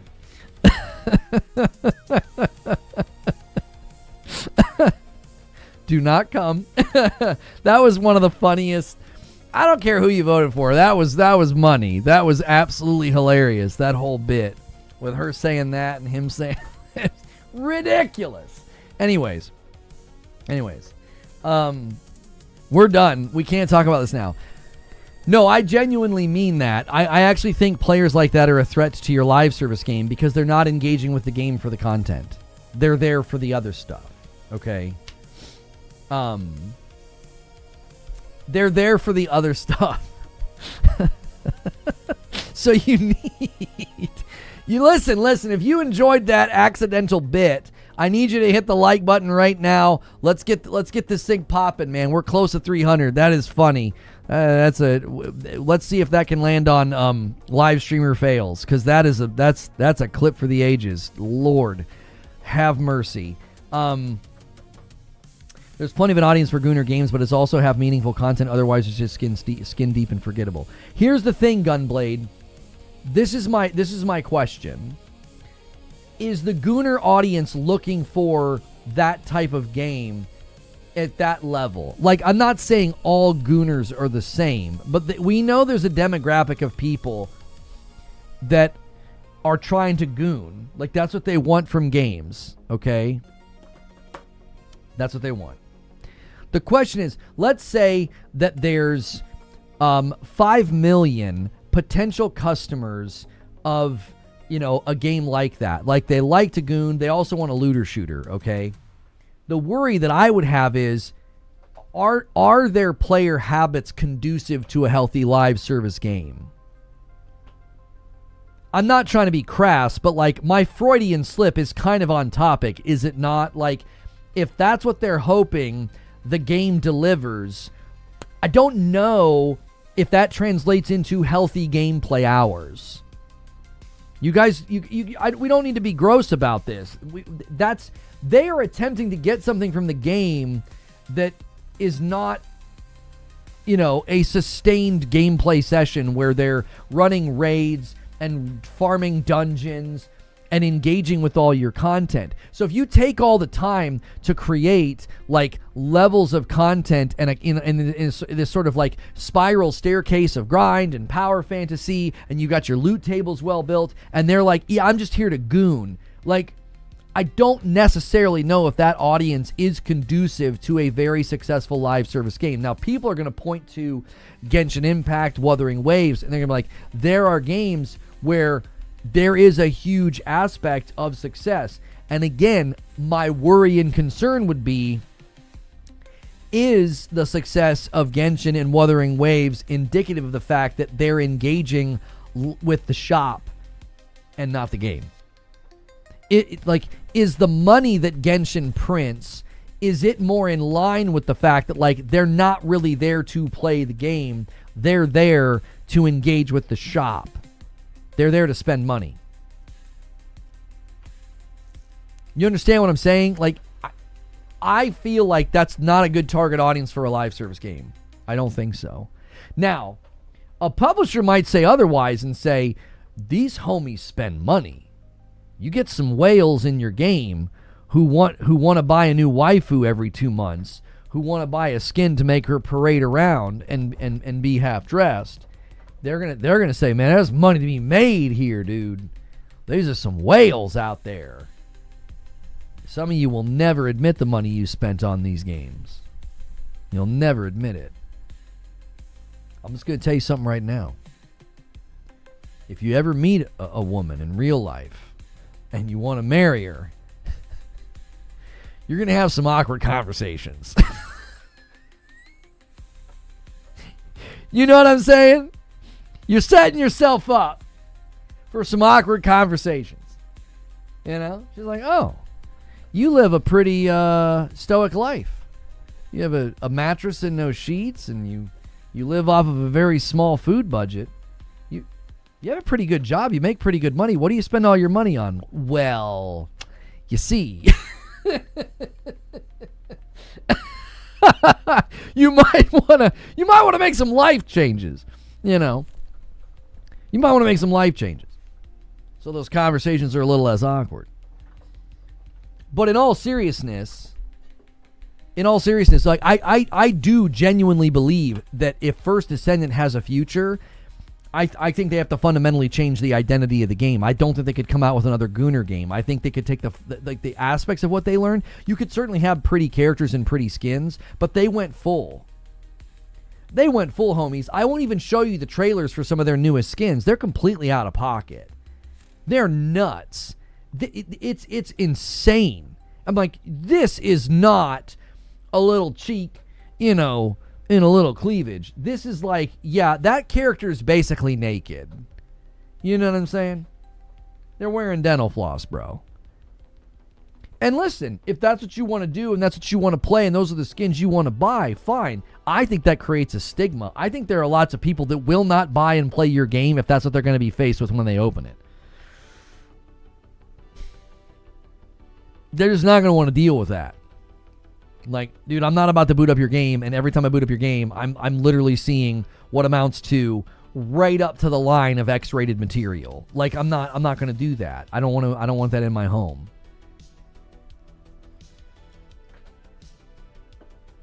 A $5 super chat from Dryad Sons. I try to get my wife into gaming, but she always goes back to The Sims and the Wicked Sims mods. Dan says, if I can't see this, it's obviously woke. Yeah, I'm not reading that out loud. It can be Gooner, but the gameplay story has to also be in the forefront. I just have genuine instinct and gut feeling on this that, like, your Gooner audience isn't necessarily the gameplay machine that you want. I don't think they're going to be playing. I don't know. I could be wrong. Maybe they will. I don't know. My gut could be completely misaligned here because I don't understand it. I don't. And a 10 bomb comes in from Rissick, and that's an Agent of Chaos. Thank you so much, Rissick. And he bumps the line to 401. We're officially on the runway. If you guys want a Madam stream tomorrow night, you got 2 hours to hit 500. I can't think of a stretch goal of what we would make Madam play tomorrow night. I don't know what we would make her play. Is there anything that came out this week that would be funny to watch her play? I thought there was something, but I can't think of it now. I don't either. I don't play Gooner games. I have a hard time judging the instincts and the behavior of those players because I don't understand them. I'm not like them. We're wired completely differently. You know, have her play Super Meat Boy. And Edward's going to add to the total with a 5 bomb over there on Twitch and gets us to 406. Thank you so much, Edward. And a single comes in from Melrose Mike over here on YouTube. They're like, listen, boys, listen, let's all band together. We got a little member train going between the two platforms. Make her play the First Descendant. Madam playing Super Meat Boy would be hysterical. Okay, we've got our stretch goal. If you guys manage to get this to 500, getting it all the way to 750, you can make her play Super Meat Boy. And maybe even we could take turns and see who's better. That could be funny. A little friendly competition between me and Madam. I Am Jesus Christ came out yesterday on Steam. It has an 89% positive review score. We will not be playing that game. Sorry. No. I get a little irreverent sometimes and make jokes, but I would not be playing that game. I bounced off First Descendant pretty quickly, says Broken Earth. There just wasn't enough actual story to keep me interested. I know a girl that loves Dagoon in the First Descendant. And a 10 bomb comes in from Ginger. Ginger's going well beyond. Typically, Ginger's here like, hey, he wants to support. He throws a 5, a couple here and there, and he's doing another one today and a 10. Unbelievable. Shift Up is probably the only devs that I've seen pull off Stellar Blade and pulled off with Stellar Blade and Nikki. I'm just here to tell you, I think that if you want people engaged in your game in a serious sort of ongoing hobby-like way, you got to ditch the Gooner identity. You have to. I don't think that makes your game approachable to the broad audience. And a single comes in from Broken Earth and bumps the line to 418. How many dads out there are in my shoes? How many dads are in my shoes? And it's like, I'm not playing that game, bro. I'm not installing that game on my console and booting it up. Everybody's naked. And Joker Quinn comes in with a gifted and gets us to 419. And Broken Earth does another one to 420. And we're about to hit 425. Who's going to steal it? I think I owe 2 right now. I 2 to YouTube. The First Descendant has nothing gatekept behind microtransactions. Yeah, there's nothing gatekept behind microtransactions in First Descendant. You can grind for everything. It just takes a long time. It's just slow. And a 5-bomb comes in from Broken Earth. He sets it up for himself. I'm 100% in your shoes. I didn't play it. Same for Stellar Blade. I played Stellar Blade and just put her in the normal outfits the whole time. And my kids were still, my daughter was like, they both thought it was funny. They're not quite old enough to know or like what's going on. They literally were like, why is her butt so fat? And I was like, I don't know. She eats a lot of mashed potatoes. I don't know. But they thought it was funny. And we would be like, oh, the monsters are scary. You guys can't watch. They would come down to like say goodnight to me and they would laugh. They'd be like, oh, why is her butt so fat? Because even in like the yellow jumpsuit or the jeans that you could have her wear, like she's clothed, ain't nothing you're doing with that dumpy. It's just there, boys. I mean, you know what I'm saying? Like, I could put my grill in my front yard and put a grill cover on it. You still know there's a grill in my front yard. You know what I'm saying? There ain't no hiding it. But that was the only way. I was like, I'm not playing this game. I didn't unlock any of the like the lingerie outfits and stuff. I booted up the other day to test the PSSR, and I was like, out of the box, new save. Nothing. It was like a brand new start or whatever. I was like, why are these skins unlocked? I didn't unlock them. They I guess they gave out skins or something. I was like, this is unbelievable. I couldn't believe it. I was like, it's all there. There's nothing. There's no mystery. I was like, what? So I was like, okay, well, I'll put her in the default skin and spin the camera a couple times and get the heck out of here. You know what I mean? Trying to live a holy life, bro. I gotta close that game down. I was like, what's going on? I beat it and loved it, but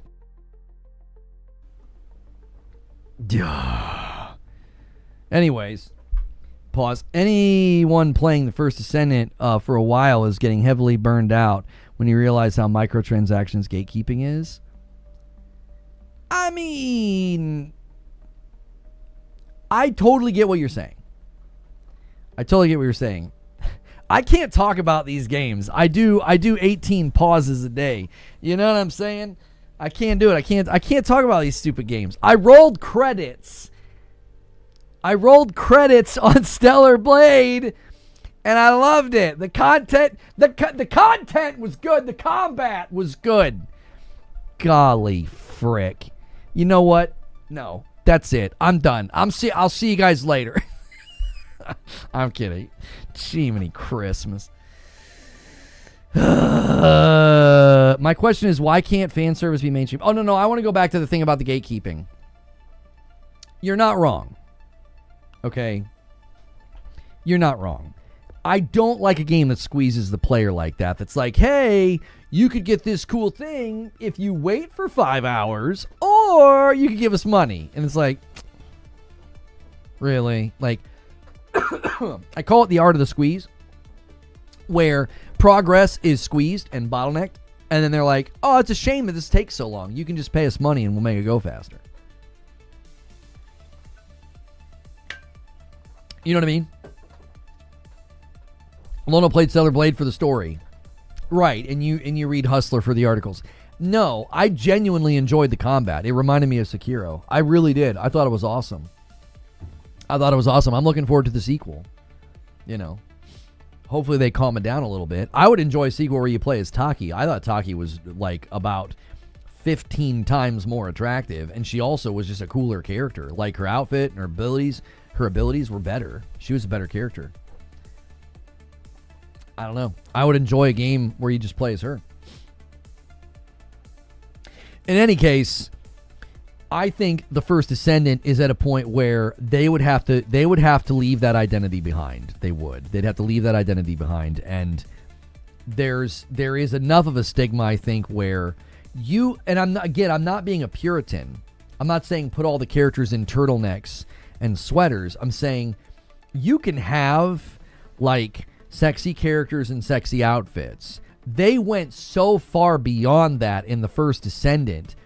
It creates a stigma. It's like, I'm not installing that game. I'm not putting that game on my console. I'm not going to do that. I think they've got to consider that. Now, the dilemma would be is some of this is a cultural thing, okay? Some of this is a bit of a cultural thing. So if they're in a market and a culture and a belief system that says this is just totally fine, this is just totally normal, they might say, yeah, most of our audience is not gonna balk at this. They'll jump right in, buy the game, and spend lots of money, or download the game for free, and spend lots of money. That's fine. I just continue to think that, like, if you want to have a game like that having broad appeal and within live service, excuse me, you can't. I don't think you can have that identity. I don't. I think Marvel Rivals is getting close to the line, right? I think First Descendant is like practically jumping over the line, and Marvel Rivals is obviously getting close to it. I would dial things quite a bit back from like where Marvel Rivals is. And again, you don't have to be a Puritan about this. Just being like, okay, there's a tasteful way to do this. I think there's a tasteful way to have characters in cool outfits that are not, trench coats. It's like it's like that. You don't have to have one extreme or the other. We don't have to run from the level of nudity that is in the First Descendant. We don't have to run all the way in the other direction and put everybody in trench coats. What's the timer for? In an hour and 50 minutes, I'll be on the gaming roundtable. That's what we do. That's what we do every Friday with Ginger Prime and some others. So that's how much time you guys have to hit the goal. You need 75 members in that time. If you hit that goal, we do a Saturday evening stream where my wife reacts to gaming news. That's usually very funny. If you hit the stretch goal beyond that, you can make her play Super Meat Boy. That'll be funny. It's like a rage game. That will be hysterical. So that is what is on the table for today. Hang on, I'm getting mentioned in the Discord. Looking forward to this. Official PS5 features trailer. Oh, Starfield. Like, what just happened? Okay. Like, it's a Discord app detected. So this went live 9 minutes ago. I'm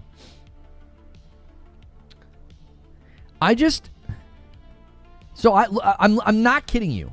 I'm not kidding you. I watch this and I think this is a game I should love. And I know that I probably won't. Do you know what I'm saying? It literally bums me out. It absolutely bums me out. Like, as a fan of Borderlands and a fan of, like, Skyrim and a fan of Fallout 4, I'm just like, I should love this game. And I know that I won't. I don't know.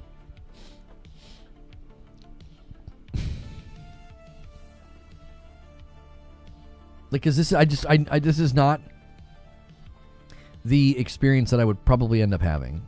Like, this looks very action oriented. And that's next week.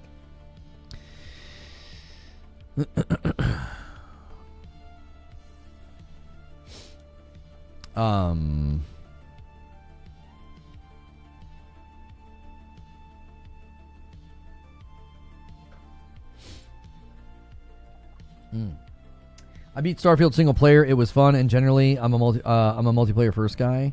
I've said a couple of times that I bet if Starfield had co-op, I could enjoy it with Madam, because we could play it in like sort of a slow RPG Borderlands-esque kind of way. Like, I feel like we could have a good time with it, but there's just no way I can go in that world and move through it at the pace that it's set and deal with, how it's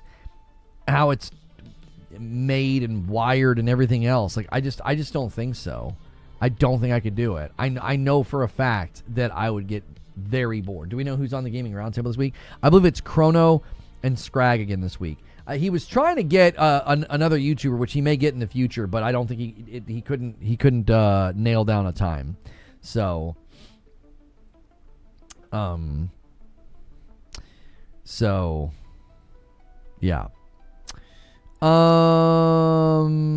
Let's see here. I'm looking in the news feed, see if anything's going on. See if there's anything worth talking about. So we've got some commentary on the PlayStation 6, which we will likely be covering Monday. Moore's Law is dead, is predicting that the PlayStation 6 will be cheaper than the PS5 Pro, which I'm just so curious how they're going to pull that one off. Borderlands 4 had like 12 gig these days. Any idea if its performance is fixed? I have no idea. Where are the likes, chat? We just got the 300 likes. That's really, really good for the view count. You guys are crushing it. So I don't know if Borderlands performance is fixed. We had a perfectly fine time, but we were playing on the PS5 Pro, so I don't know about, base level consoles, and I also don't know about PC. I know it had a lot of issues on PC, unfortunately. Starfield is like 10 times better than Crimson Desert.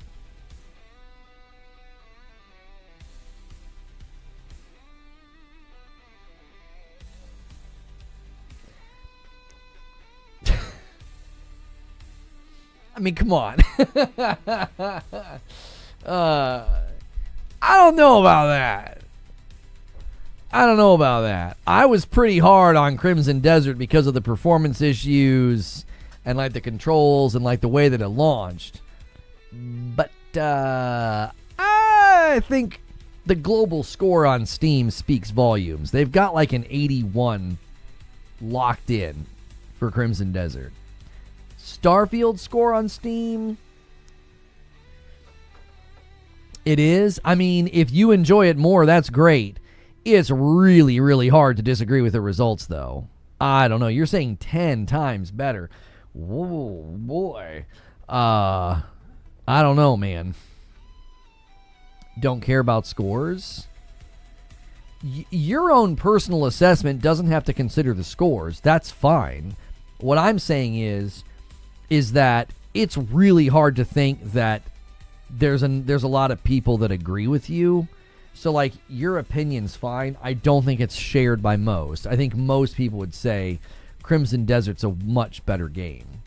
I've played Crimson Desert way less than Starfield, and I would say, yeah, Crimson Desert's a better game.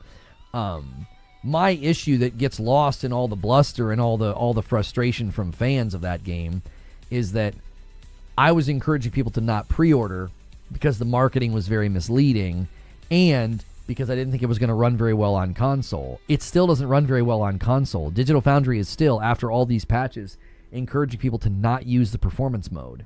I think in 2026 that's unacceptable. Now, that's my opinion, and that's my way of measuring a game's launch, which is why I would still encourage people to not pre-order it, or in this case, you'd be ordering it. I would not buy it on console. I don't think buying a game on console and having to run to a 30 FPS mode for consistency in 2026, I just don't think that's a thing to celebrate. People are celebrating like that. That's like some kind of an achievement. And I'm like, the world is upside down if you think that's like a huge achievement. It's still full of bugs. NPCs are still soulless. The world is soulless in Starfield, but Crimson Desert is just as soulless. It's more fun gameplay-wise.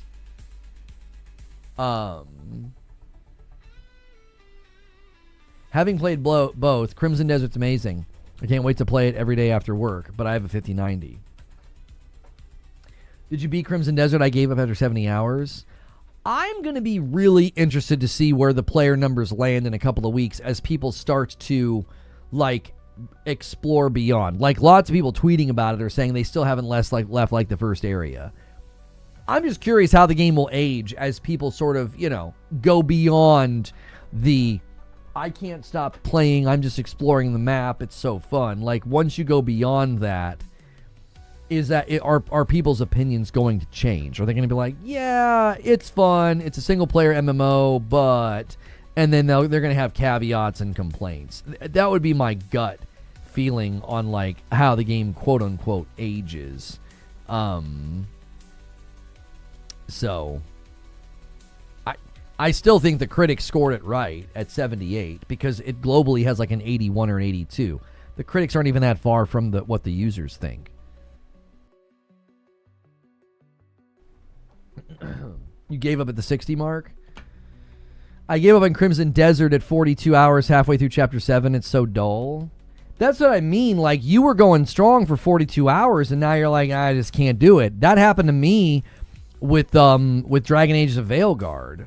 I'm not comparing the games, by the way. I know people will try to claim that. They'll yank this and clip it and say, he says they're the same or they're very similar. No, not saying that. You can play a game and be enjoying it, and then it runs out of gas, is what I'm saying. Like, that happened to me with Veilguard. I was like, man, I'm having fun, and then, nope. Sony's changing. I know. I'm saving that for Monday. Perfect Image. I with the holiday weekend, you gotta let me kind of like kick some of the meal to Monday. What devs did you get a chance to interview during E3? The head of ID at Xbox. I got to interview the guy that was in charge of launching Fall Guys. I got to interview the guy in charge of Call of Duty. I got to interview the guy that was in charge of Spiritfarer, which that's Lotus. Those are the guys that made Sundered. Sniper Ghost Warrior Contracts. I got to interview that guy. I got to interview. There's too many to even remember, honestly. It's a shame. I don't know if that stream is saved anywhere. Those streams from E3 2019. I don't know if they're saved anywhere on like Twitch's website or something. I didn't save them. I have a highlight reel, but yeah. Yeah, Starfield releases on PS5 next week, Tuesday, April 7th. Yep. Rise of the Ronin for you also. AC Shadows for me. Still great games. Maybe you're misremembering. Rise of the Ronin was great until like the last couple of the boss fights. AC Shadows did that to me, Kirk. I got 35 hours into AC Shadows, and I was like, what the frick, man? I was like, I don't want to go anymore. I don't want to do anymore. I'm done. I was loving Assassin's Creed Shadows, and I feel like Yasuke ruined my experience. I think he should have had his own game. I don't think he should have been in the game. His story was cool. His cutscenes were cool. His introduction was cool. I loved him, interacting with Nobunaga. Is that his name? I loved that. But playing as him was terrible. It's like, he can't sneak. He can't climb. Why is he in this game again? Like, what? I don't understand. Why is he here? It was so frustrating. And the story was dope. I liked the story. I loved playing as Noe. I loved playing as her. I felt like I was playing an Assassin's Creed game from back in the day. And then I was just like, I'm freaking tired of this game. I like 30-something hours in. I rushed the main story, and when I was done with the main story, I put it down. Ronin, I liked the story all the way to the end. My irritation with Rise of the Ronin was like, I have all these different sword options and melee-based options, and I've got parries and dodges, and I can switch stances, and I can switch my weapon according to what you have, and you're flying around the room like Iron Man. Like, it was so dumb. I was like, what is going on?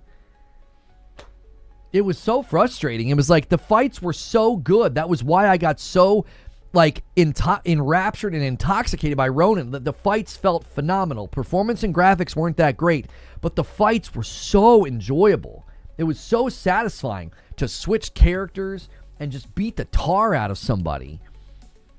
And then you got to the late game, and I'm like, why is this guy flying around the room and launching missiles at the ground and lighting the ground on fire? It was so dumb. It was so dumb. Should play Neo then. I know. Neo 3 is like a 13-course meal. I just don't think I'll ever be able to eat my way through. I know it's quality. I know people like it. But I don't think I can play it. Freedom Cry, Yasuke DLC.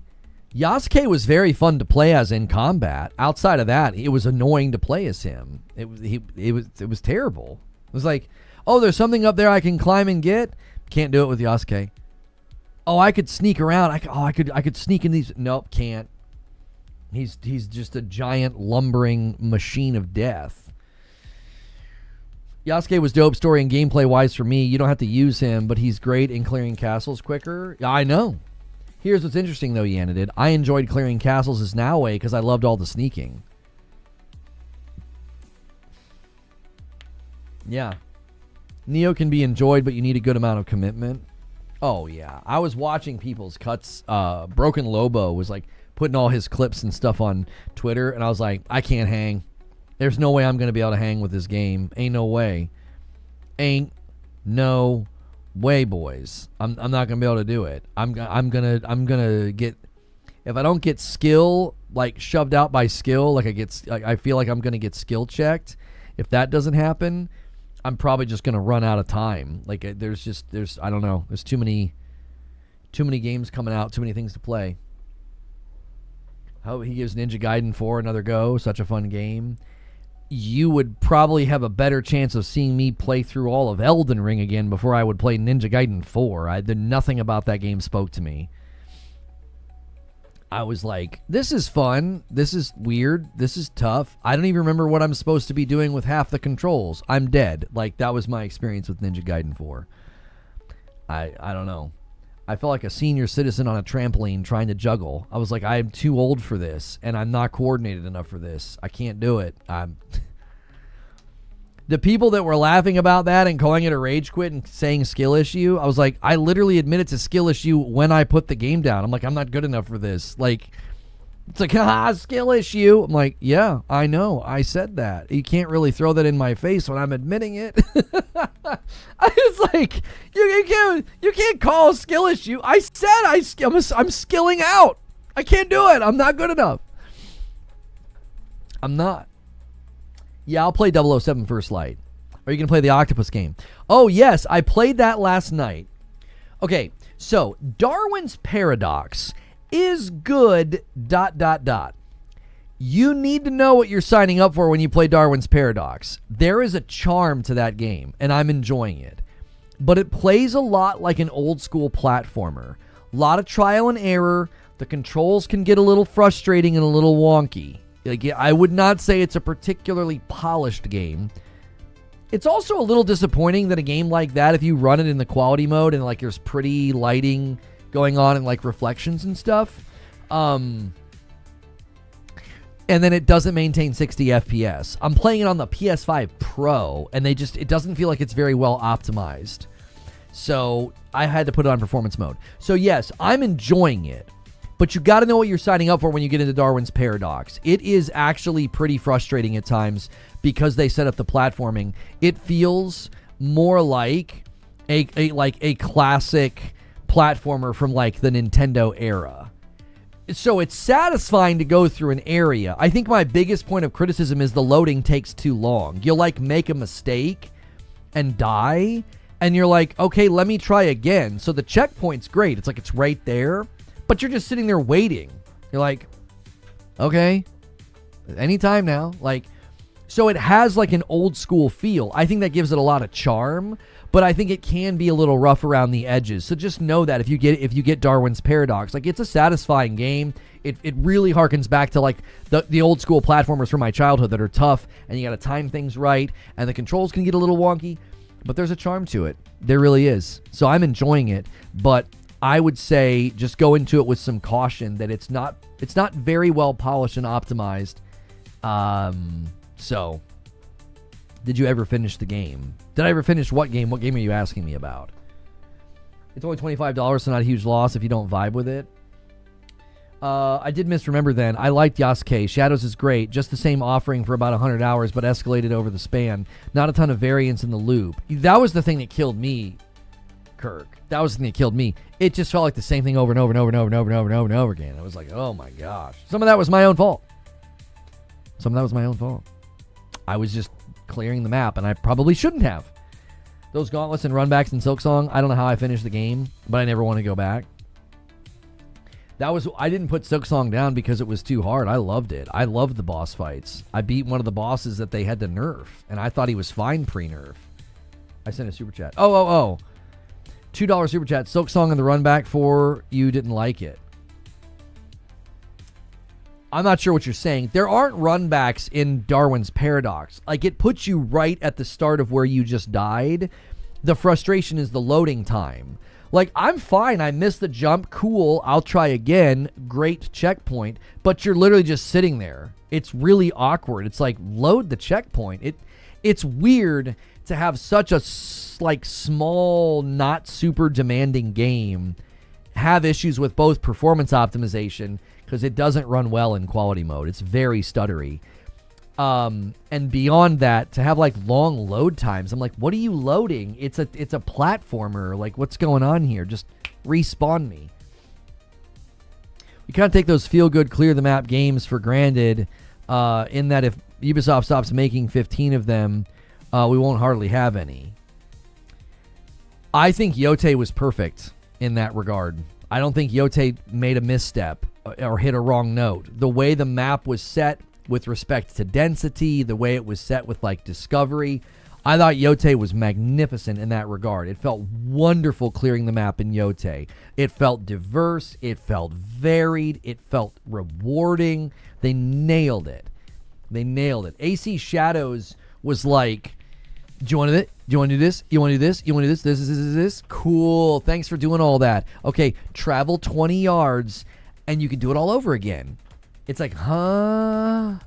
It's just too dense. They didn't learn. Valhalla and Odyssey are so big and so dense, and AC Shadows didn't really depart from that enough, in my opinion.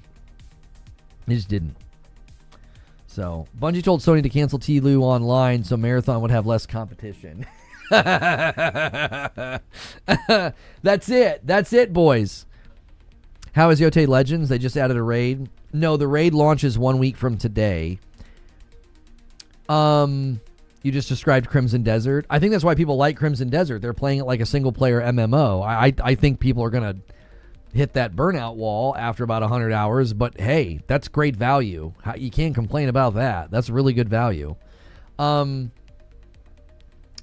Yote Legends is interesting. I was talking about this in the Discord last night, whether or not I wanted to grind and get ready for the raid. Yote Legends is so fun and creative when there's just two of you, right? When there's just two of you. It's great. Feels good. Mechanics feel good. Combat feels good. Each of those sections lead to a boss fight. So there's 4 boss fights. And then there's there's 4 boss fights. And then there's 4 of you in there. I don't think those are particularly good.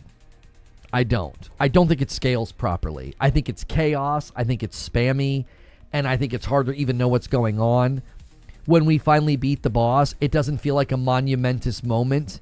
It feels like, oh, wow, we finally did it. We finally got his health down. It doesn't feel like when you win a duel, like when you beat a boss in Tsushima and Yote, you're like, ping! You're like, yes, I did it.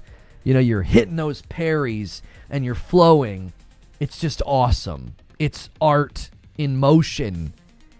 When you play Legends and you're fighting against a boss, it's explosions, explosions. Don't stand in the red circle. Explosions. Don't stand in the red circle. Explosions. There's new guys to kill. Explosions. Don't stand in the red circle. Go hit the boss a couple times. Run away. Run away. Run away. Run away. Okay, go back. Hit the boss a couple more times. Run away. Run away. And so when the boss finally dies, you're just like, whew, finally.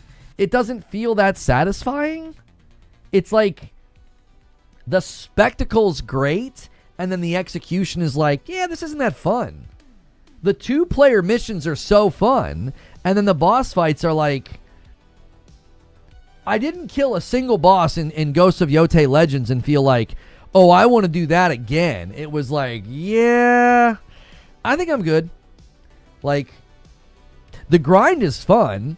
It's rewarding. The 4 different ways you can play and all the different abilities and all the different things you can do and like the tiered loot, that's all great. But the capstone of every 3 missions is that boss fight, and the boss fight's just not that enjoyable at all. I'm like, so I don't think I'm going to get down with the raid because the raid's probably going to be like that. I'm going to have to spend the whole week grinding, getting my gear level high enough to go into a fight that's probably going to be not that enjoyable. I didn't die or fail at a single one of the boss fights, by the way. It wasn't like there was like a fail rate that was frustrating me. It just wasn't fun. It was like, it was just super repetitive and super drawn out. And then when the boss finally dies, you're just kind of like, okay. Higgs, thank you for your member plus. Bumping the line to 426. You guys have an hour and a half to hit the weekly goal. AC Shadows was just boring for me. Valhalla is better, just way too long. Shadows was just so dumb to explore. It was like you could only stick to the trails. The world was dead. I don't know. I did a lot of cutting across woods and stuff, and it felt fine to me. I know a lot of people complained about that, though, so I'm not trying to say that you're wrong. I didn't have that experience. So, hit that join button, guys. Thank you, Higgs, for 31 months. I appreciate that. It's a great addition for free. Yeah, I am not being overly critical. I'm simply telling you it's free, and the bulk of the content is fun. Because the bulk of the content is the 12 missions, and the 12 missions are fun. They introduce entirely new mechanics that completely change the way you play Ghost of Yotei. It's those 4 boss fights. I just don't think they're very enjoyable. And a 5-bomb comes in from Higgs, and he says, let's get it, boys. Time is of the essence. The boss fights just aren't that enjoyable. So, I'm not going to grind this for a raid. If you guys think these are good boss encounters. Was the raid in the first one good? I don't know. I never played it. I played the co-op missions with Hilly, and that was all I ever did. I loved the main game of Tsushima so much, I never really did anything with the co-op. State of Decay 3 alpha test to begin in May. You're saying it got announced. Is this an announcement or is this a leak? And Broken Earth with the single gift, it bumps the line to 432. Gematsu. They'll begin hosting a series of alpha tests. Okay. Oh, yeah, they did. Registration's available on the official website. This is an official announcement. Sign up for the play test. Wait. And another one comes in from Broken Earth. And another one comes in from Broken Earth and gets us to 434. Thank you so much. You can sign up with Discord, apparently. Yeah,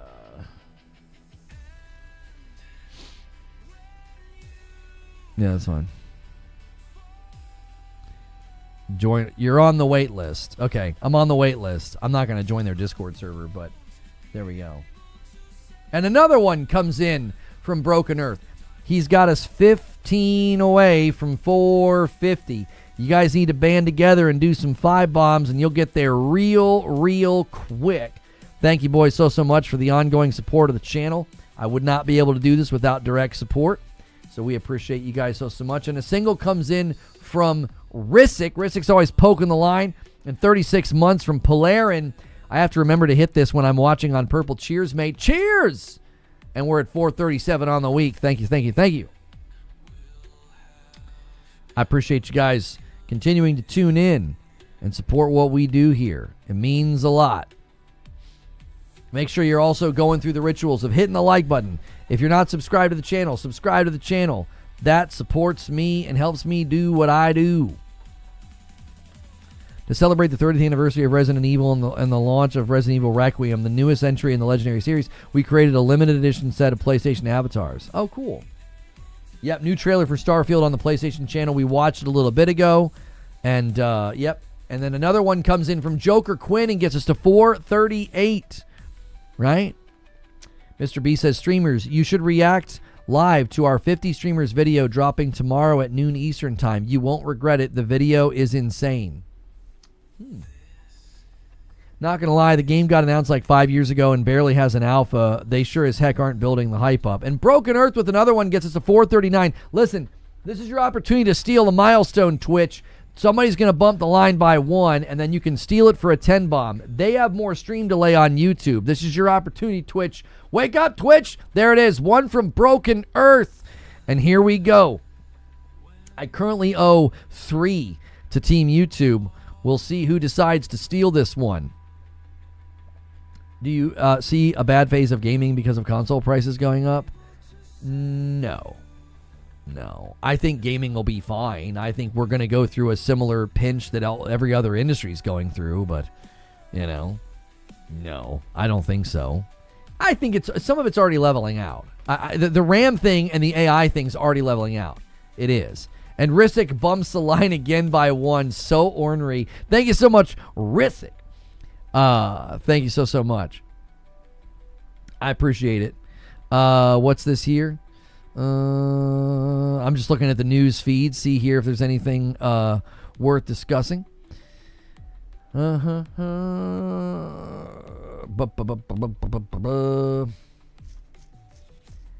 Yeah, if you want to gift members, there's a $sign at the bottom of the chat. You hit that button and you click gift member, or you can sign up on your own. Really what we need people to do is right now, if your name in chat doesn't have a joystick next to it, you can get the joystick, and then you can get access to my members only Discord. We are trying to get more and more people to hit that join button. For $5 a month, you can pick up your own membership. That actually is just as important, honestly, if not more important than gifting. Lone Wolf gifts one and gets us to 442.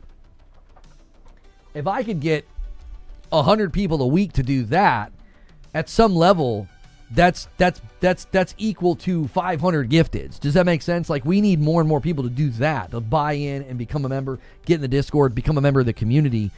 That costs you less than a cup of coffee a month, supports me for the whole month, and then you get access to all that stuff for the entire month. That's the main thing that we're working on. The gifting is just over and above. Like, if it weren't for the gifters, we wouldn't be here. I mean, I've said this very many times. This is a fan-funded operation. Lone Wolf gifts another one to 443. You know, we've been rebuilding, for the last 6 years, and it's just been it's been a slow process. We don't have a central game, so we're rebuilding with variety, and that is very, very difficult. So, and Lone Wolf gifts another one. He's trying to set up the 5-bomb dunker to 450. Prices are already dropping in China, says Zubair. OpenAI appears to have backed out of the 40% of the wafers deals. Oh yeah. There's already signs of good things in that department. And we're at 445. Thank you so much for Lone Wolf setting it up. And a $2 super chat from Jay Hart. He says, I'm doing my part. You are doing your part. You guys can do super chats. You can use the tip command. If you want to bypass, going through Twitch and YouTube, you can use the tip command and tip directly to me. That is also a welcome thing if you'd like to do that. You can order coffee. You can hit like. Those are all things that help us do what we do here. So thank you so much. Did you see Indie Pass? It's a monthly sub-service that gives access to a bunch of PC indie games for $7 a month. I have not seen that. And Rissick, just in the nick of time, puts it to 446, and a 5-bomb comes in from Broken Earth, and that is an Agent of Chaos, and we're at 451. I feel you have way more members than more channels that I watch live. A lot of gifted subs is crazy. The gifted culture here is unique, and it's quite literally the only reason I'm able to do this. Like, if we wouldn't have kind of fostered that gifted culture here, it's because we have a lot of people who have been with me since my days on Twitch. And so that Twitch culture is kind of here. If that wasn't going on, then yeah, I'd be doing something else, y'all. Like, that's just the nature of this world that we live in. We live stream daily, and it's only possible because of y'all. And another single comes in from Mr. Broken Earth. I did try out the Pragmata demo mic, and I really, really liked it. I really liked it. I thought I was going to like it like a little bit. I liked it a lot. Yo, Broken Earth does another one and gets us to 453. Okay, here we go. Listen. These homies have been baiting dunkers all day. Somebody reward their efforts. He's going to set up a 20-bomb, all right? Broken Earth's going to bump this to 455. 475 is the dunk. Edward gifts one over there on purple and gets us to 454. He's joining in. After only 5 months on the market, the Lenovo Legion Go 2 prices have increased by nearly 50%. Yeah, everything's going up. It's not going to slow down anytime soon. Naughty Dog has current project Intergalactic, The Heretic Prophet, and a second project, a AAA narrative storytelling game. Gee, I wonder what that second project could be. Well, actually, there's rumors that the second project could be something with Cassie Drake in the Uncharted universe, but it's hard to know.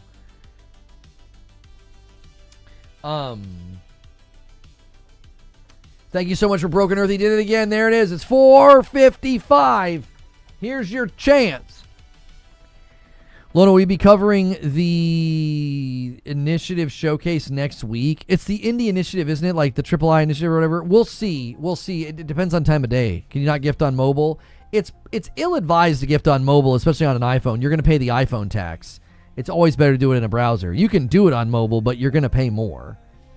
So, and a member plus from Pixel Suplex, that counts as 2. If you do a brand new member plus, it counts as 2. I count them as 2. Rissick gifts one as well and gets us to 458. Yeah, on Android you can, and there's no like increase. It's just don't do it on an iPhone, because you're giving Apple money for literally no reason. Like, you're just giving them money because they're standing there. Like, why?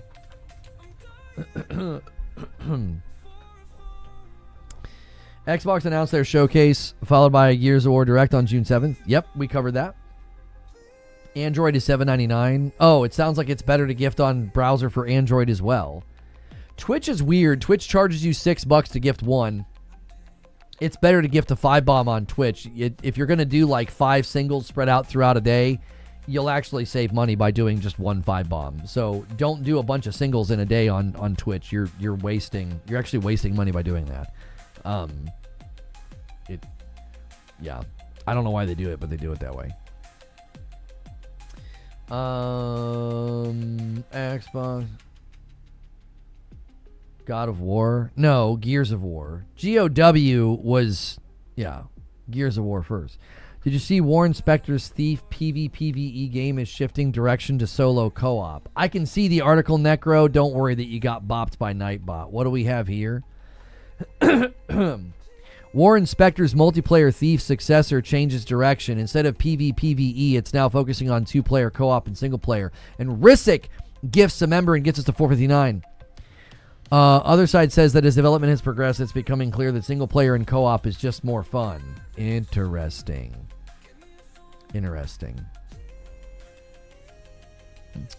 Thick as Thieves, the multiplayer first-person stealth game, was announced in 2024. Instead of being a 4-player competitive multiplayer game mixing humans and AI enemies that was originally envisioned, the studio now says it's focused on 2-player co-op and single player. And Rissick gifts another one and gets us to 460. Thank you so much, Rissick.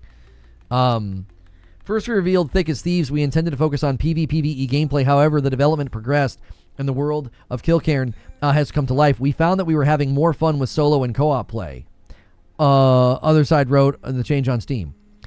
Gee, I wonder why they're finding that. And another gift that comes in from Rissick. He just keeps bumping the line. It's now 461. This sharpened focus has allowed us to double down on what makes Thick as Thieves truly special. Dynamic stealth gameplay. We're already seeing how this has strengthened the moment-to-moment action, whether you're playing solo or with a partner in co-op. We've had some fantastic moments while testing the game. Now we're putting all our energy into making things even better as we build up to launch. Boom, another one from Rissick. Rissick is basically just doing his own single gifted train. Somebody disrupted. He's just hijacking chat with these singles. Don't let him do this, okay?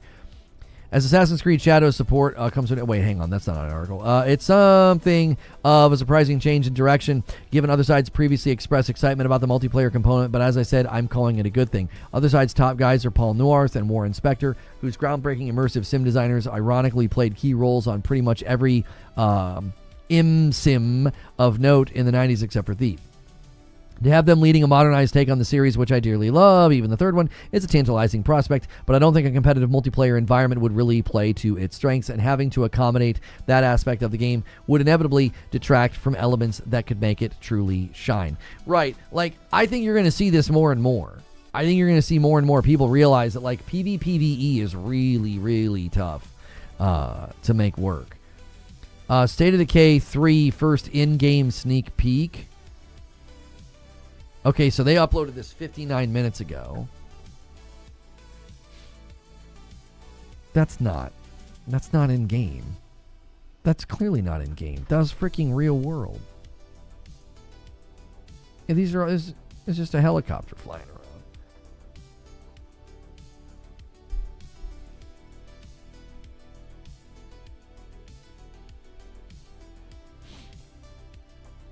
All right, hang on. Let's listen to this. Yo, welcome back, Kelb, with the Member Plus renewal. Hang on, I gotta get the members up. I can't see. There we go. 463. All right, hang on a second. Let's go back and watch this from the beginning. Wait, what? Oh my gosh, there's a new thing that OBS lets me do. I can turn it on so only I hear it in my headphones and you guys can't hear it. That's dope. All right, here we go. Wait, why can't we hear it? Hang on a second. Is this thing working? Can you hear me? It's not coming over to desktop for some reason. And a 20 bomb comes in from Rissick and gets us to 483. We hear it? Wait, you guys could hear it? That's so weird in OBS. So now I have to do... We can hear. Wait, can you guys hear... Played in Seattle. Can you hear the music today? We can hear you. I know that. Can you guys hear the music as well? Because I've been... Okay, it's a new setting in OBS. There's like a headphone and there's a speaker. Any survivors out there? Is this thing working? Can you hear me?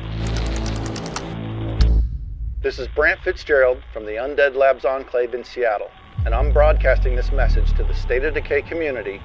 And a 10 bomb comes in from Rissick. This man is once again gonna secure the goal for you guys. Y'all need to band together and help him out. Listen. Y'all owe it to Rissick. You can't even see me in the dadgum camera. Y'all owe it to Rissick. And a 5 bomb comes in from Rissick to get us 98. Cyber Knight with 42 months and Member Plus gets us to 499. Good morning, all. My favorite YouTube channel. Keep up the great work. And Haseo lands the plane of 500. You guys owe it to Rissick to get the frickin' stretch goal, because this guy just secured the goal of the week. And a 10 bomb comes in from Cardock Ren on Twitch, and Quirky with the 5 bomb as well. Quirky Quole drops a 5 bomb on Twitch. There it is, 515. If you guys hit the stretch goal of 750, Madam has to play Super Meat Boy tomorrow night. To give you an update on State of Decay 3.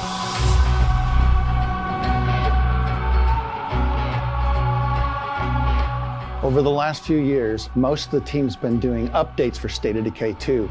The rest of us been creating cool for State of Decay 3. Thank you, Rissick, for another one. We've been keeping a close eye on what you liked about State of Decay 2. Wait, what did he say? And most of us been years, most of the team's been doing updates for State of Decay 2. The rest of us been creating cool for State of Decay 3. Wait, why have they been doing that? Joker Quinn with the gifted. Am I weird to think that that's incredibly stupid to announce State of Decay 3 all those years ago and you haven't been working on it? Let me re-listen to what the man just said. 3.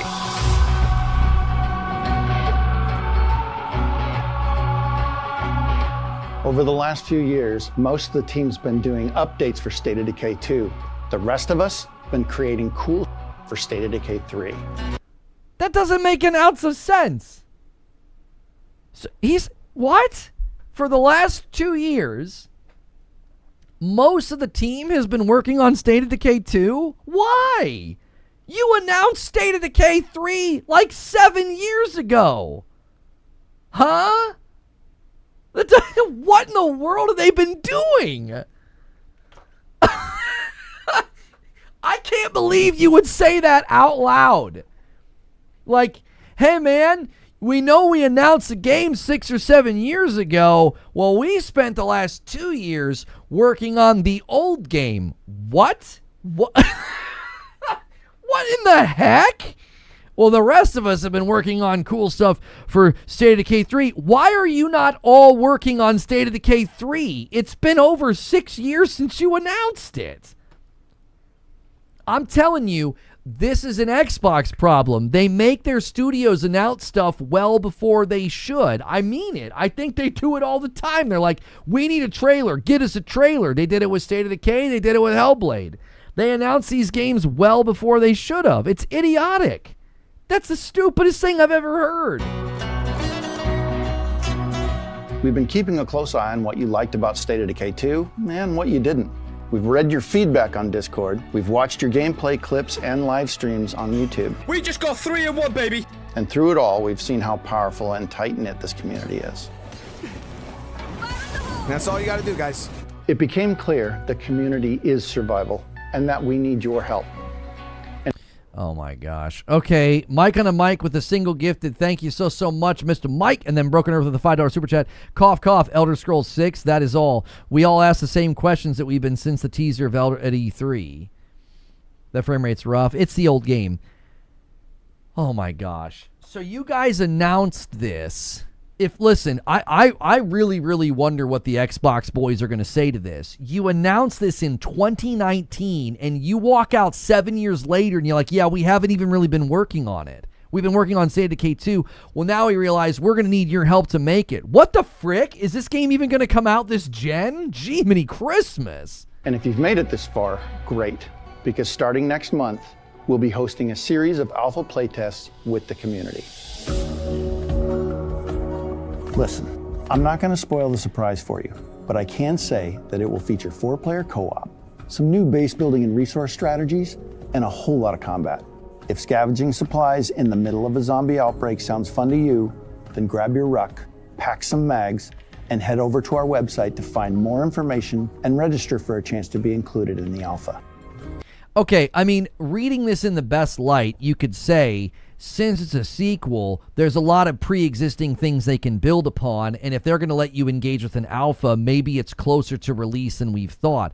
I just can't believe he said for the last 2 years, most of the team has been working on State of Decay 2. It's like, brother, you guys announced this game 7 years ago. Why is most of the team not working on State of Decay 3?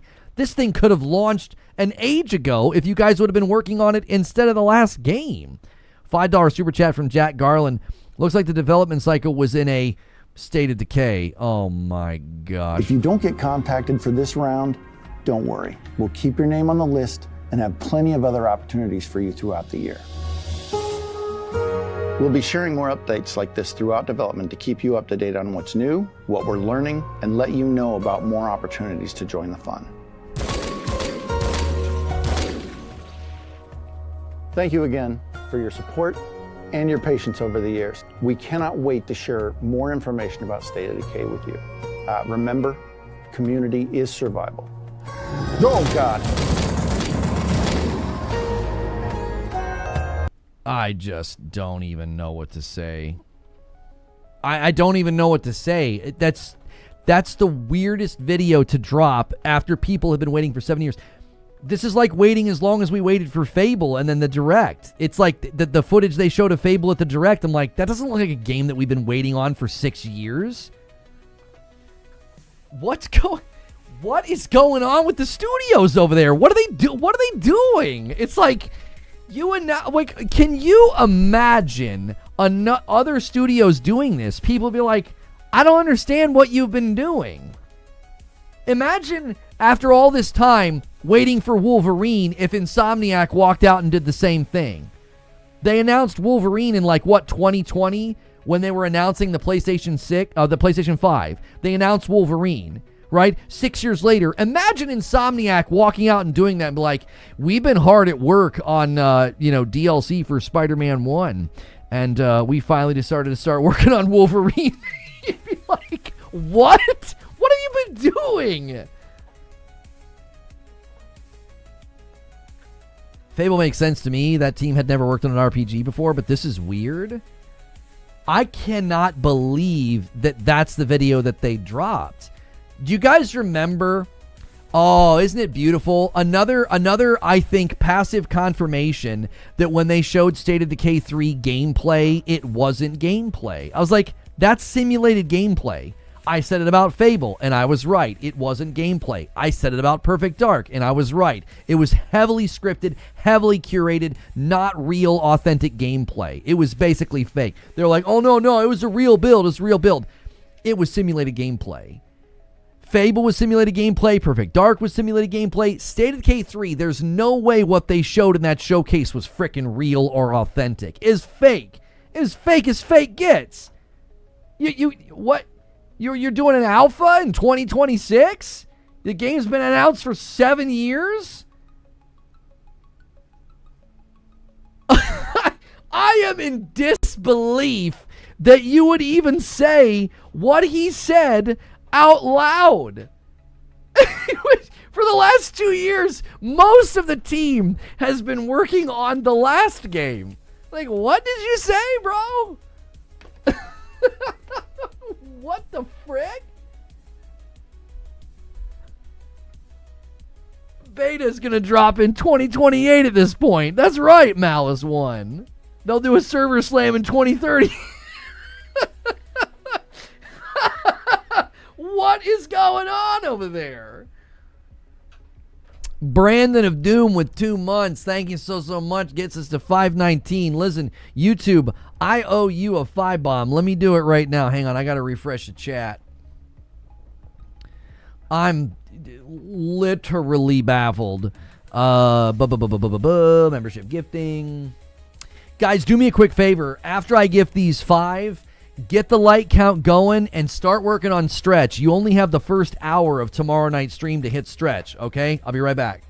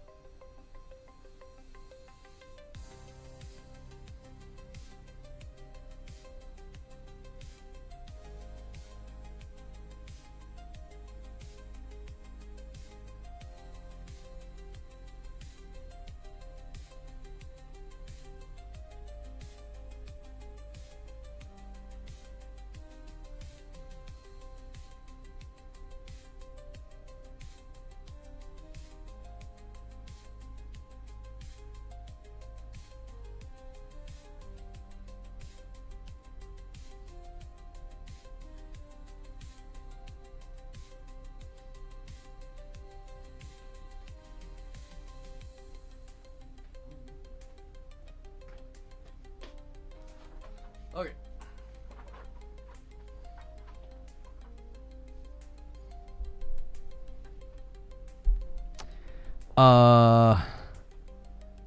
What does somebody say? I disagree. 1 state, 3 was a team. Would need to finalize the story mechanics and characters. Once that's complete, all the other teams can start their work. The other teams worked on state 2. It seems like this development cycle was in a state of decay. Yeah, somebody already made that joke. I'll play devil's advocate. Once the core team was working on the story and the engine and still the groundwork was complete, the rest of the team could put work improving state at 2. Haddigan, that doesn't make any sense. Why would you announce a game in 2019 and then like what they spent 6 years working on the story and the engine. They spent 6 years working on that. What? Again, viewing it in the best light, it is a sequel. Okay? Viewing it in the best light, it's a sequel, so they've got a lot that they can build on. But any of the sneak peeks I saw in that trailer, none of that looked very good. I don't know. It looked kind of rough compared to what they've shown up to this point. And to me, I think it's incredibly wild to admit that most of your team has been working on the previous game for the last 2 years. So I don't understand. I just don't understand. I don't understand the timing, the allocation of time and resources and bandwidth. It makes no sense to me at all. They did a lot of updating State of Decay 2. I agree, though. State of Decay 3 trailer was announced too early. The time between 1 and 2 was 5 years.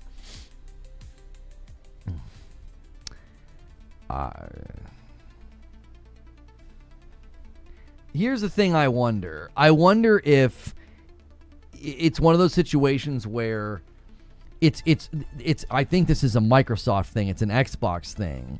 They're more focused on having a good showcase. They're more focused on having something to announce. So they go to a studio like that and they're like, we need a trailer for State of Decay 3. And so you get some cinematic game trailer that doesn't show anything and everybody gets really excited. And then 7 years later, they're like, yeah, for the last 2 years, most of the team's been working on the previous game. And it's like, they're not operating on any kind of a time frame in relation to the trailer because the trailer was not a part of their time frame. The trailer was something that Microsoft asked for, that Xbox requested. Do you see the difference? Like, look at it this way. A lot of the times when a game company puts together a trailer, an announcement, and all of that, it's quite literally because the impetus is we're close and we're ready. And we now know, the game can come out in 1.5 to 2 years or something like that, or maybe 3. We want to put that announcement out there. I think the impetus for the trailer, when it's like an Xbox game, is that Microsoft wants a trailer. They're completely different impetuses. It's like in one instance, it's like we're working on this game, we're really excited, it's close enough, let's go, let's get the trailer out there. In the case of like Hellblade 2 and State of Decay 3, I think Microsoft goes to them and says, we need a trailer. And they're like, what do you mean? We're not even, a trailer? Like, I absolutely think that was the case as Lone Wolf. They wanted to announce games for their next-gen console. Right. I don't see State of Decay games are 7+ year games. I don't. Sorry. It seems like a lot of wasted time and money. Couldn't it be State of Decay, like, book and then many chapters tell a story? I have no idea what you're saying. Man,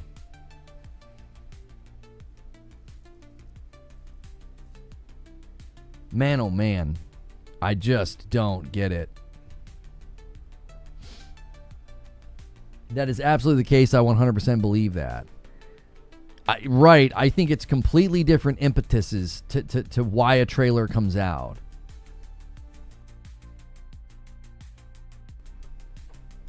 It's completely different impetuses. It's like in one case, you're working on a game, you're scoping out a game, your timeline, you're like, okay, this is when we do the announced trailer, this is when we do a gameplay reveal, and this is when we do this. And with Xbox, they're like, we don't freaking care about your timeline, give us a dadgum trailer. And it's like, okay.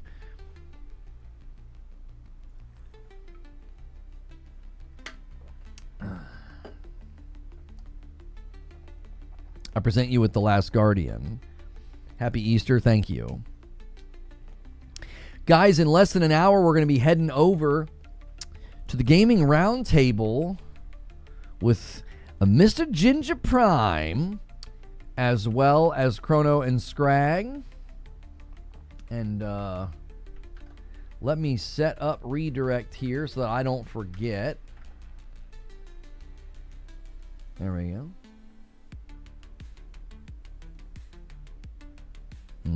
The Gaming Roundtable. Yeah, I switched my camera back to the Elgato Cam Link, which I don't like using that. But it, for whatever reason, putting a camera through a capture card gives me better results with like less stuttering and frame rate. But OBS is just such an idiot about it. I constantly have to, every time I open up OBS, I have to deactivate and reactivate the cap card. And then whenever I was trying to do the roundtable with Ginger, the thing he uses for the podcast just couldn't see my camera. And I got sick of messing with it, so I just went back to the Elgato Cam Link. There's an event happening. There's some event happening these days. IGN keeps pumping out trailers for the last 24 hours like crazy. How's the coffee business?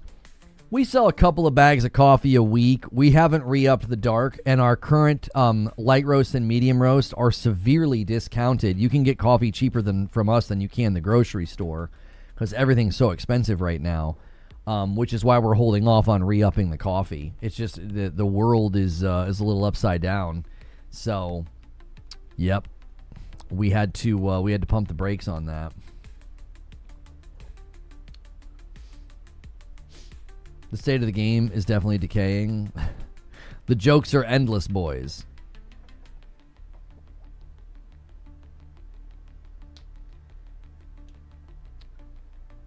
When are you getting your new camera, or did you already? No. I got to get through tax season, man. If you're interested in the one that I'm trying to get, it's on the wish list, and you can use the wish list command. I'm going to wait. It's too expensive. I'm going to be able to use my existing lens with it, though, because I've already got a Sony camera. So I've got it saved on the wish list, but I got to get through tax season, brother. I did not know that a camera like that would be that expensive, but it'll definitely get rid of the micro stutters. We realize that a lot of the micro stutters I experience are baked into the camera itself. So think if Harry Potter has 7 books as perfect image. I still am not quite sure what you're trying to communicate. Try shipping your coffee to Europe. Yeah, we don't do it for that reason. It's too expensive. If you were to put in an order for coffee outside the United States, you would end up giving more money to the post office than to my coffee business. It's like ridiculous. When Googling, it says PAX East was a few days ago. Maybe that's why we're getting so many trailers. I don't know. I didn't realize PAX East had just happened. Why can't I see my comments on YouTube? I don't know. I don't know who you are. CP2 Goat or whatever. And then Heterovono putting just periods in the chat. What's the problem? PAX East was last weekend. What's your best-selling coffee? The dark roast was our most popular, followed by the Frickmas blend, the medium roast. What games have you and the fam been into recently? Playing Power World with Madam, and now we're working our way through Scorn, which is like a Hades clone that you can play co-op. We've gotten pretty good at that one. We've got some pretty good unlocks and builds. We keep getting all the way to King Arthur. We got to King Arthur twice now. There's a room before King Arthur that's like really fast. And last night I was playing as the Rook character, and I was just chunking bosses. I was so strong. I was outputting crazy good damage. And then we got to that room before Arthur, and it was too fast. I couldn't get away. Madam's character is pretty fast that she plays as. The Rook character, he was too slow. I was like, I could not keep up with the room. I was so frustrated. I was like, I had such a good build, but he just wasn't fast enough.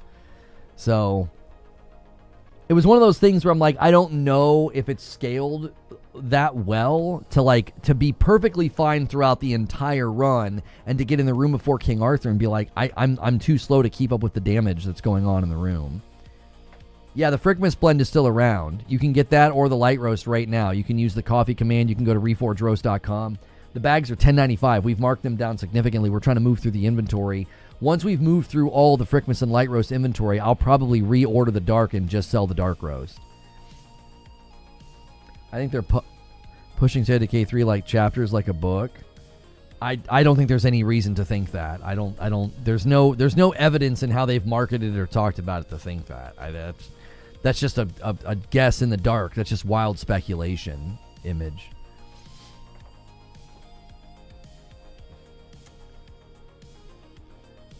I'm just sad I missed you dogging on the First Descendant. Oh no, I didn't dog on it. I was talking about how the CEO of Nexon said that they had a really, really strong population at start, but it had no staying power. And I talked about how that's super insightful into the importance of staying power. Like, you can certainly have, you know, a strong start and a fun, you know, gameplay loop, but that doesn't matter if you're you can't keep people in the game.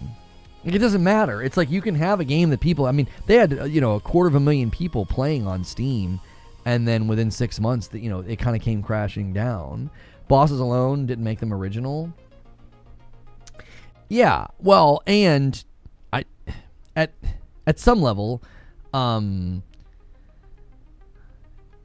they focused on, we were talking about this as well, like, you know, can the game have some kind of a comeback? And I was like, well, I genuinely think there's a stigma around games like that. I think you're going to have a hard time getting, like, the general audience, like the general non-Gooner audience. Like, I don't know if they're going to be down with a game like that.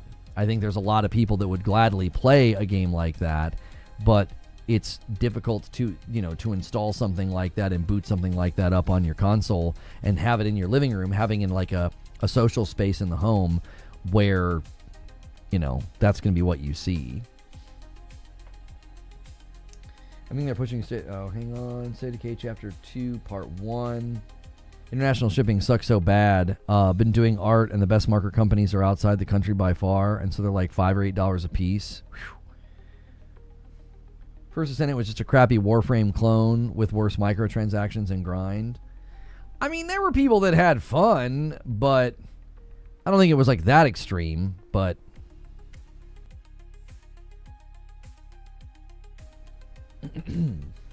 You played both?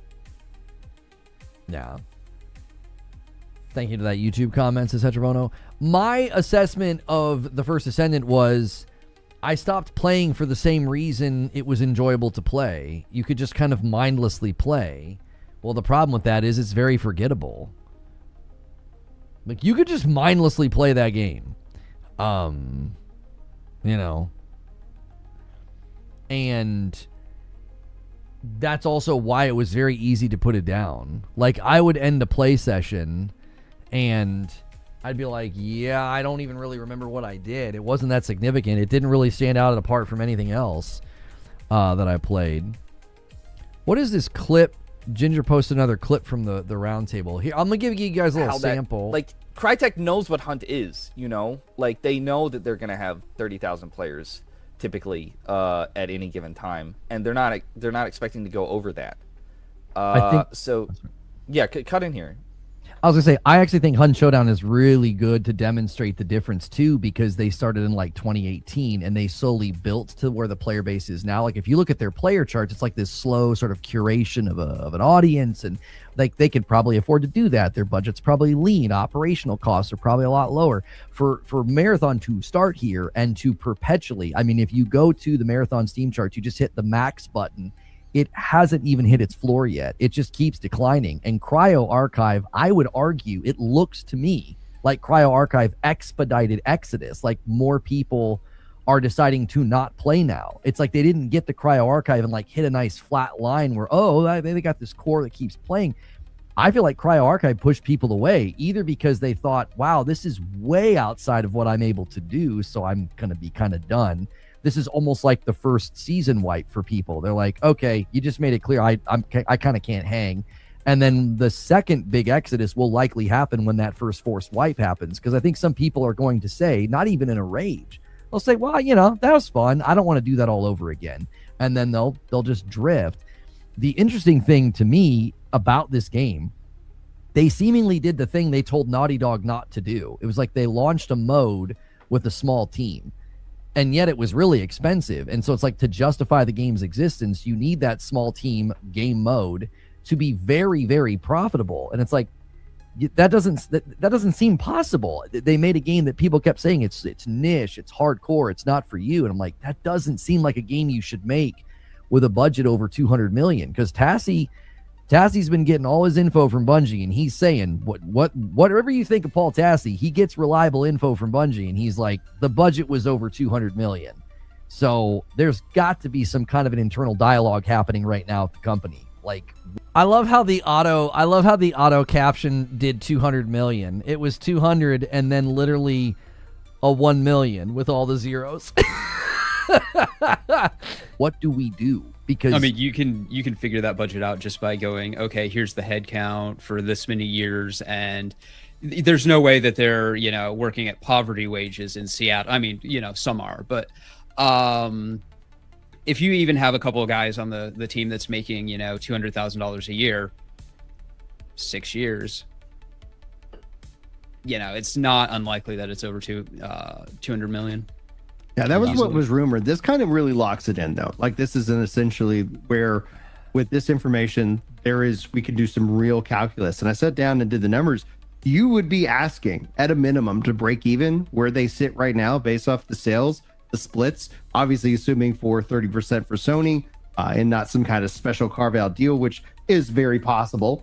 But you'd be looking at everybody who's playing and has already bought the game, which I think the strength of the game is that you have that $40 entry fee, so they've been able to recoup something, and you didn't have a whole high guard kind of situation where people just install and be like, no, I'm out. So at least you have somebody at least asking for money at the door. Thank you, Malice One, for ordering a bag of Frickmas. Guys, this is the podcast that I'm going to be on here. It'll be a different lineup this week. It'll be me with Chrono and Scrag and Ginger. Kirk and Joker won't be there, but watching a clip from last week. But you would need to have everybody spend $150 to $180 right now. Like that's me asking for that more additional money. And I'm sorry, it's like I like the game. I am wondering, as a dad who can't compete at that PvP level like I could when I was in my 20s, is like, well, I'm looking for I want to keep playing, but after 9 o'clock at night, I just opt into another game because I'm not going to be able to compete at that. And I get it. I get the diehard PvP players out there. Here's what I think about them, because I used to be them. I used to be like, give me that PvP. That's what I want day in and day out. The reality is I've never seen a group so dedicated to killing this thing that they love. It's like Elmira from Tiny Toons. It's just like, I love this so much. Don't you ruin it. And I was like, we're not trying to ruin your experience. We're trying to, how does Bungie, how does Sony, how do they pivot to invite more players into this what's game? The value proposition for your average Geo? Because if the value proposition is get good scrub, sucks to suck, I'm going to take all your loot now, well, then you're just going to have people go, yeah, no, that's not for me. And then your player base is going to go down. And, well, next week you could watch a clip of you watching this clip. I think we should just do that for the rest of the time. Then you can say, oh, well, it's a hardcore niche game. Yeah, you can die on that hill all you want, but you're still dead. Can I speak to that actually? Yeah. Because I went back and watched the last marathon episode that y'all did, and there was a portion of that where Scrag was talking to Lono, and he basically asked Lono like how many hours have you played, or how much have you played? And Lono said, I played about 8 hours, and I personally think that that's plenty of time to invest in a game to sort of derive what the game is about and whether it's for you and that sort of thing. And Scrag said, well, I would encourage you to play a little more because I think it's going to get better. And I want to speak to the fact of two things can be true at once. So I think that he's 100% right. I played 120 hours of this game. That's not a flex. I'm kind of embarrassed about that, honestly. I'm jealous of that. It's Skull and Bones all over again. I'm jealous of Crazy. But I want to speak to the fact, I guess because I'm the only one that's crazy enough to put that amount of time in, that I believe that this game is a bell curve. So Lono at 8 hours is at the first part of the bell curve. He's at the bottom. And so the more and more you play, the higher it goes up, the higher it goes up, the higher it goes up, and you're going to reach this peak of amazing highs the longer that you play this game, where it's like, oh my god, dude, I got my first purple. Yeah, I mean, that was a good clip. I wasn't expecting it to end there, but yeah, I think the issue that Kirk was getting at there is both things can be true at once. Yes, it definitely is true that you could play more and you could get into it and you could have a better time. That is true. But it's also true that, like, the average person's not going to want to do that. And more than that, the average person is going to say, I'm not going to do that perpetually if the risk is that I don't start enjoying it. Or there's another side of the risk, and the other side of the risk is I start to enjoy it, but then you're going to wipe my stuff, and then I'm going to lose my stuff. I don't know. I feel like there's so much there that the customer isn't going to be willing to do. You're asking them to gamble with their time, and I think that's a bigger update. If you were waiting on Nate the Hates report or rumors on Xbox today, the podcast has been delayed. Oh, Nate Drake was going to be doing a podcast, but his guest got sick. So yeah, it's just like asking people to gamble with their time, I just think is a significant ask. You know, I think it's a significant ask. Like, do you want to give this another 10 hours of your time? You might not like it. You might get frustrated. You might, all along the way, you might lose your stuff. You might not have great progress. Like, one night to the next is completely different than the potential rest. I don't know.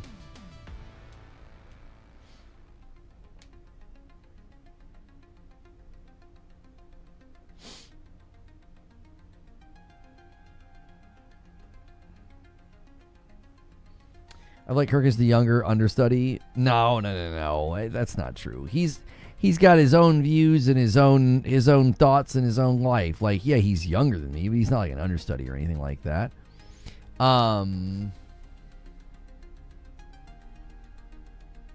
They clearly should be some big hints of liking a game after 8 hours.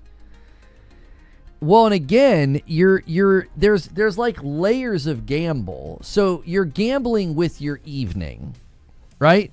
You're gambling with your evening. You might not have a good time. You might have a bad time playing the game in the evening, okay? So you're gambling with your evening. What you're also doing is, if you play every evening that week, you're gambling that week's worth of playtime, because you might make less progress one week compared to the next. So you might have way less to show for it. You have a couple of rough nights. You get killed. You can't work on quests. Like, you literally can play Marathon and have no progress. Okay? That's a big ask for people right now. Especially, like, people who are busy. Like, you're going to come home from work and you're going to play for 2 hours, and you may end the night and go to bed grumpy because you literally didn't make any progress. You got killed before you could extract, and there are quests that require you to extract. Or what about the quests where you get killed before you even get to the location, okay? So you can end a week and be like, I got basically nothing done, and you feel like that time has largely been thrown away. It's not like you can, like, lick your wounds with some sort of meta progression, like when you're struggling in a rogue or something. Like, my wife and I's first couple runs in Sworn, we didn't make it past the first mini boss. Now that mini boss is a joke to us, right? We go in and we wipe the floor of them. Okay? But the reason that we kept coming back is, even though we only made it to the first mini boss, we were still getting currency and meta progression. We had something to show for it. We could, like, make our character stronger, unlock abilities, whatever. Unlock skill tree stuff. So it wasn't wasted. Now, if it was set up in such a way to where, we play a game like that, and we get to the first mini boss a couple of times and we die, and that literally means that we achieve nothing. If you don't start making progress, in the game until after maybe you beat, like, the first boss or something, nobody's going to want to... We wouldn't have wanted to do that for very long. We would have quit. It's why we didn't play Sea of Thieves more than 3 times. We played Sea of Thieves a couple of times, multiple nights in a row. I had multiple hours wasted. Just wasted. We achieved nothing. We achieved absolutely nothing with our time. Nothing to show for it. Just 2 hours of grinding and going and doing quests and digging up treasure only to get sunk by somebody. And then we end the night and it's like, well, we didn't really do anything. Right? And so if you're going to do that with your time, you have to at some level enjoy like the game so much that you're okay to not have progress. And I just think the average person is going to say no to that. It's a very masochistic form of enjoyment to be like, yeah, I'm totally fine, making no progress. Crimson Desert score just dropped another point on Metacritic. Yeah, I'm looking at it now. It's got a 77. I wonder what... Oh, somebody gave it a negative review. Is that the first negative review? Critical Hits... No. The Critical Hits review hit on March 17th. They gave it a 45. It must have just got another mixed review. Recently added. Looks like on April the 1st, NME, the letters NME, they gave it a 60. They said there's no denying that Crimson Desert's a massively ambitious game, bringing together the most inventive parts of Breath of the Wild, The Witcher, Elden Ring, and a dozen more fantasy games. Means you can still be surprised after sinking hundreds of hours and exploring the beautiful varied land of Paloon. However, trying to cram so many different mechanics into a game that also offers players total freedom means it often feels a bit hollow. I'm going to bet you $10 they gave it 3 out of 5 stars, which isn't exactly a 60. This is where the aggregate falls apart. Yep, told you, 3 out of 5 stars. I don't necessarily think a 60% represents this person's review. Right? 5 out of 5 is excellent. 4 out of 5 is very good or good. And then 3 out of 5 to this person is probably like, average, not terrible, not great. I think this getting translated into a 60, I just don't think it represents the 5-star scoring system. I think consistently breaks on the aggregate of Metacritic. I don't think it accurately represents, clip this and put this in your content claiming I hate the game and want the game to fail, as I'm being, I think, very fair here. I don't think that accurately represents that review. That review, pulling the review score down on Metacritic is just a flaw, I think, in the aggregate. I think a 7 at least for Crimson would be fair. Yeah, I mean, I think even Shroud recently hung it up and said he gives it like a 78 to something. Like even he is just like, yeah, it's it's fine, it's good. He had a good time with it. He didn't give it a bad score, but he's also not giving it like a game of the year, 88 or a 90 or something. So.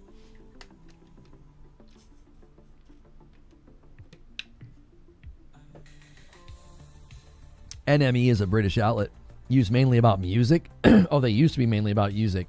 New Musical Express. Interesting.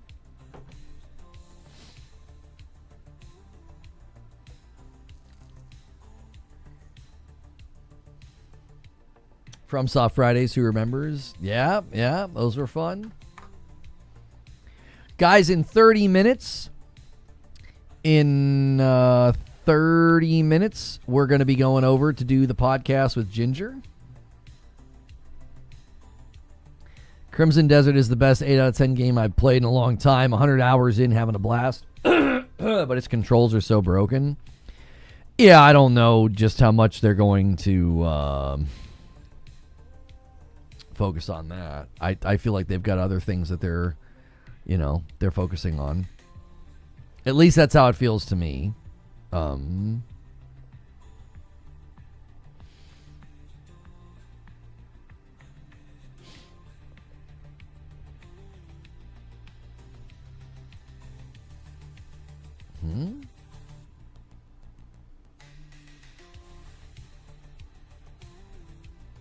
I drop one at 9 seconds. It's a magic trick. It's not a very good magic trick. Ninja Gaiden Fridays, let's go. Yeah, no. Except failure counts for 60% of the score. That only leaves 40% to describe anything good about it. Crimson not winning Game of the Year doesn't get a shot.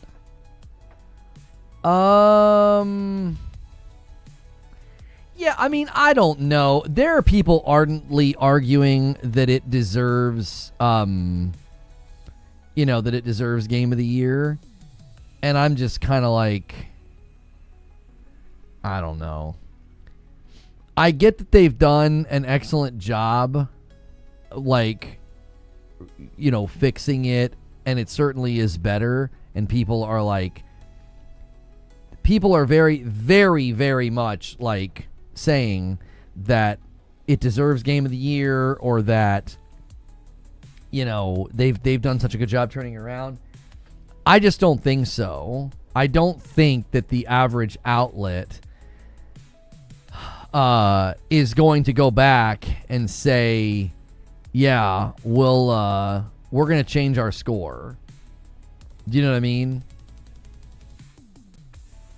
I don't think the average outlet's going to go back and change their score and be like, well, they did such a good job, and they've made all these improvements and all these changes, so we should go back and change our score. We kind of had this debate the other day, because if you play 100 hours of Crimson Desert, right? If you play 100 hours of Crimson Desert and then you are annoyed the whole time, and you're frustrated the whole time, and all those nagging issues make you, want to pull your hair out, you'd almost have to replay the entire game. You'd have to replay the entire game with those issues fixed, because if not, then you're not really reviewing it. You can't go back and go oh yeah, man, I'm gonna change my score from a 7 to a 9 because they fixed performance issues and controls and stuff. So I feel like it's going to be this year's Black Myth Wukong, where the people that like it and defend it, they talk about it in ways that are kind of absurd. And I also think there's folks that are going to claim that it got robbed of Game of the Year, and it was better than all these other games. And I don't know. I think more and more hang on.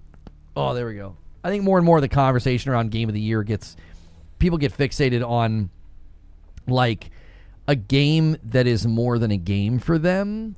To them, it's a cultural battleground. And so everything said about the game is viewed through that lens.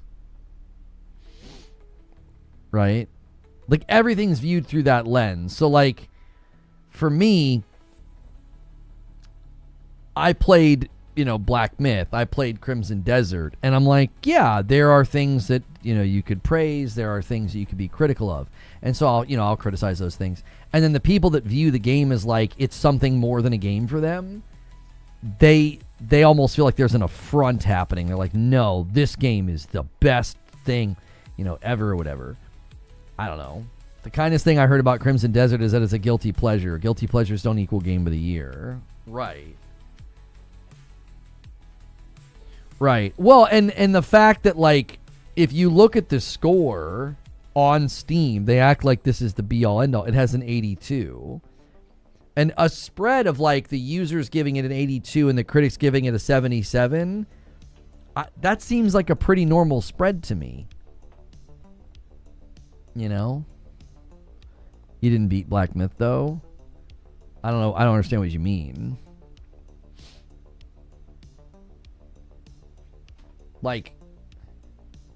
If you play a game like that, what I was saying is if you play a game like that and you have criticisms, my criticisms of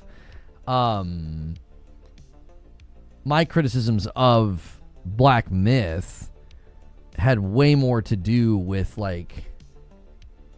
how they put it on console. It was to me it was unplayable. I was I'm not gonna play this. It feels terrible to play. The percentage on Steam is not a score. I'm not sure what you mean. How is it not a score?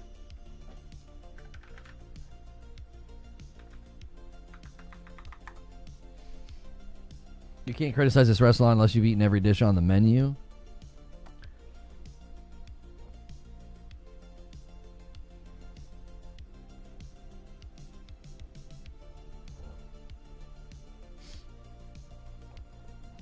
Like if you go here,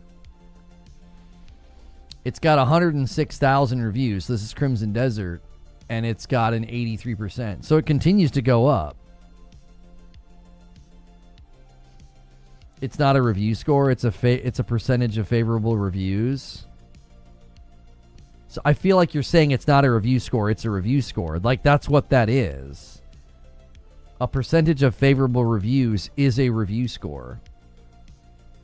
That's what do you think the Metacritic score is? It's a review score. It's an aggregate average of favorable, mixed, and negative reviews. I don't understand how there's a distinction between the two. No, it isn't. You've established that you don't think that it is. I don't understand your reasoning. Your reasoning doesn't make any sense to me. You're saying that something is not a review score that is a review score.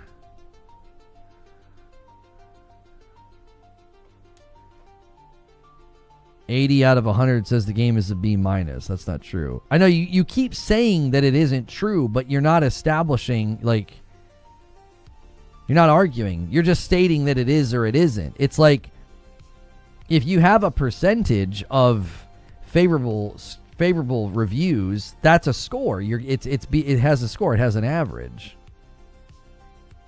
How do you not understand this? What do you mean, how do I not understand this? You're not arguing your point. You're asserting. Do you understand the difference between asserting and arguing?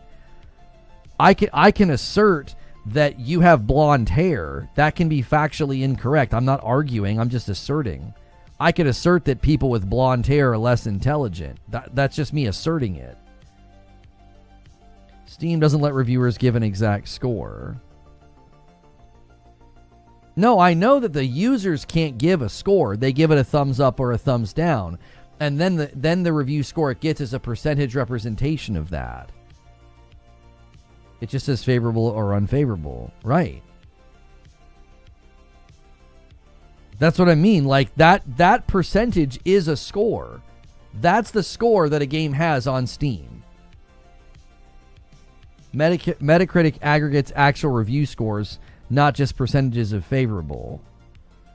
Yes, they're different, but they're still scores. So saying 80% favorable doesn't mean 80 out of 100. It quite literally means 80 out of 100. It means 80 people out of 100 gave it a favorable review. That quite literally is what that means. 80% literally means 80 out of 100, brother. Do you understand where they get the number? If 100 people review your game, 80 people give it a thumbs up, 20 people give it a thumbs down. It's literally 80 out of 100. Like, huh? They aren't comparable? They are comparable. You don't think it's interesting that, like, commonly the way that Steam does its score and the way that Metacritic does its score and then the way that PlayStation does its score, because PlayStation's like out of 5 stars, right? It's out of 5 stars. They all land in the same hemisphere. Right? You must actually be stupid. Your inability to understand how it's a different form of score while insisting it's not a score doesn't make me stupid. Like, you don't understand the difference between assertion and argumentation. You just keep asserting things rather than arguing. Like, they're all different ways of scoring a game. It's still a score at the end of the day. Right? It's still a score at the end of the day. It's like, hey, these guys are using, 5-star reviews, 10-point reviews, 100-point reviews. That gets an aggregate. An aggregate tool calculates the average on Metacritic. OpenCritic does the same thing. Then, like, PlayStation is a 5-star system that the users can initiate in. And then Steam does a thumbs up, thumbs down. And then that is tallied and it gets a score as well, like a percentage to show what percentage of people are giving it a positive versus those that are not. And commonly, all those scores are very close to each other. It's very, very common. It's unusual when they're not. right? It's unusual when they're not in like close proximity, like what happened with like Lies of P. Like Lies of P is like 14 to 15 points higher from the users. That's actually unusual. That's outside the bell curve. Like that's an odd thing to happen. Typically, if a game gets like an 85 Metacritic, it commonly has a very similar score on the PlayStation user score as well as Steam. It's a different score, so there's no reason to compare the scores. That's just another assertion. Like, I think your assertion is ridiculous. Why would we not compare the scores? Like, you're arguing that we shouldn't compare something because it's different? That's literally the act of comparison. The act of comparison is to take two things that aren't the same and you compare them and you extrapolate the differences. You're out of your depth, man. Calling me stupid. You don't even understand what you're talking about. Rissick with the gift that gets us to 520. We're 5 away from the next milestone. Like, you can literally compare things that are different. You quite literally can. Why would you aggregate things that use different units? We're not aggregating. I mean, if you're talking about Metacritic, I've said for a very long time, you and I might agree in this, I've said for a very long time that the 5-point scores, they should submit a different score to Metacritic because, like, I don't think that guy thinks it's a 60. I don't think he thinks that. He gave it a 3 out of 5. Mediocre Milton is paying forward the gift they got from Reforge to Solemn. Thank you, Mediocre Milton, for doing that. He gifts one, and then we have another gifted from Rissick. It gets us to 522. I have a master's in math, and I'm trying to explain basic concepts to people. Well, maybe you should have got an undergraduate in communications because you're not doing a very good job. I got to leave it there. People literally cannot understand the difference. What is a master's in math, by the way? What's that? Does it literally say on your master's degree, you have a Master of Arts in math? Is that what it says?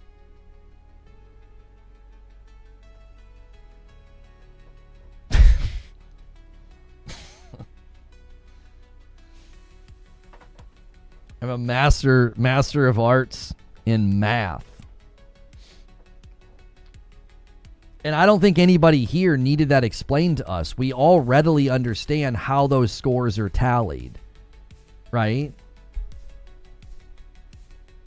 Yeah, it's probably a Master of Science. Like you have an MS in math. Okay. We didn't need that explained to us. We understand that Steam is a measurement of a binary, thumbs up, thumbs down. Okay, it's a 0 or it's a 1. Your master's in math is probably really helping you understand this right now. So like it's a 0 or it's a 1. So it's literally a percentage of that binary tally. Like what did people give it? A thumbs up or a thumbs down? 80 people gave it a thumbs up. 20 people gave it a thumbs down. That's literally 80 out of 100. You're like, it's not 80 out of 100. When it quite literally is. Like, that's what it's tallying. That's what that percentage represents. It literally represents 80 out of 100. It doesn't mean that a bunch of people gave it a 100 and a 70 and a 60 and a 92, and then that the average came out to an 80. It's that 80 out of 100 gave it a thumbs up. We didn't need that explained to us. The fact that you think that we need that explained to us is a demonstration of your own, I think, either hubris or lack of intelligence. Like, we all know that that's how that works. We also know that Metacritic is inherently flawed. As I just said on this broadcast, when someone said Crimson Desert's score dropped on Metacritic to 77, and we went and we looked, and I saw a 60%, and I said, I bet you $10 this guy gave it a 3 out of 5, and I don't think that's a proper representation of his review. That guy's review just pulled the score down, and I don't think in his mind Crimson Desert is a 60%, which is basically like what, like a failing grade. That's like an F on a lot of grading scales, right? So we were literally talking about that, and then you came in and attempted to educate us on things that we already knew. Like, I already knew that. I already knew and argued on this broadcast that the Metacritic aggregate tool is actually imperfect because it takes a 3 out of 5, and I think it misrepresents that review as a 60, and then inevitably pulls the aggregate score down of Crimson Desert, right? So we understand the nuances of how the scores are tallied differently. They're different data points, and yet they have a lot of congruence. They have a lot of agreement. Typically, their agreement is rather consistent. You pick any game outside of a handful, and you will typically find that the Metacritic, OpenCritic, and then the user score on Steam and PlayStation, they're all in proximity with each other. And then you'll have exceptions to that, like Lies of P. Here's my general rule, says Zubair. If you are actually that smart, you can explain stuff to a 5-year-old so they understand it. If you can't explain it, you're not that smart. Yeah, I mean, he was the one that started insulting intelligence and trying to, like, boast about his own. I wasn't trying to flex intelligence. It was just like, you're not making an argument. You're doing assertion, which that's different than arguing. You can assert all day long. It's not a score. It's not a score. It quite literally is a score. The way it's tallied is different. It doesn't make it not a score.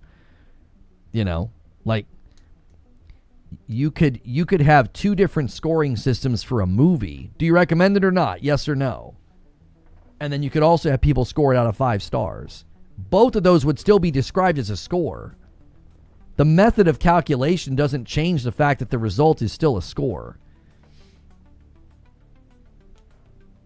This is why he said he would rather be the funniest than not the smartest. This poor man has to juggle the gift and curse poor Lono.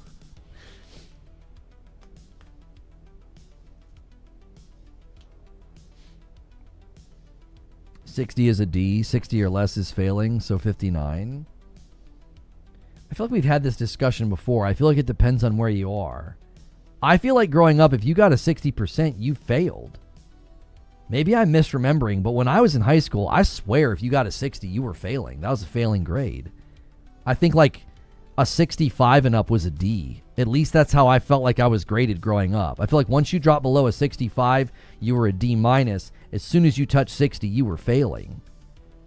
60 is passing. I don't know if they changed it or I'm just getting old and my memory's bad. I swore that a 60 was a fail. Like 65 is a D, 64 to 61 is like a D minus, and as soon as you touch 60, you're failing. Or maybe it's 59. Maybe 59 is failing and 60 is like the lowest. Is 60 like the lowest D minus you can get? 59 and under is failing. Okay, so I was off by a point. Okay, so 60 is not failing. I mean, it's right there. That's what it is. Okay. You were in school a long time ago? Yeah, I graduated from high school 26 years ago, so I don't know. My memory was if you got a 60, you were failing, but maybe I'm misremembering. Maybe it was just that you were so dadgum close. You know. 65 was passing when I went to school. I remember 65 passing. I thought that 65 to 6... I'm sorry, I thought 64 to 61 was a D minus. I thought as soon as you touched 60, you were failing. But... I thought we were way closer in age. No, I'm 40. I'll be 45 this year. You graduated in 2010? No, yeah, I graduated in 2000. Yeah, I'm 10 years older than you. Yeah, I'm 44. Yeah, I'll be 45 in November. This is not the first time that people are shocked that I'm in my 40s. Most people think I'm in my 30s. If 60 is passing today, no wonder kids are stupid.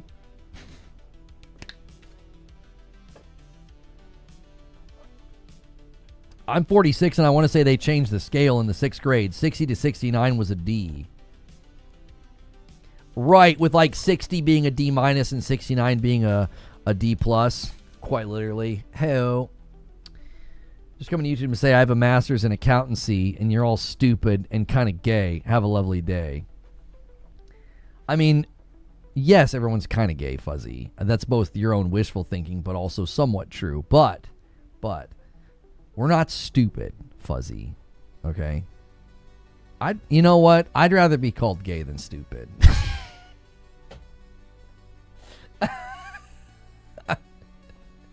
That dude's pretty gay. Yeah, that's fine. That guy's pretty stupid. What did you say?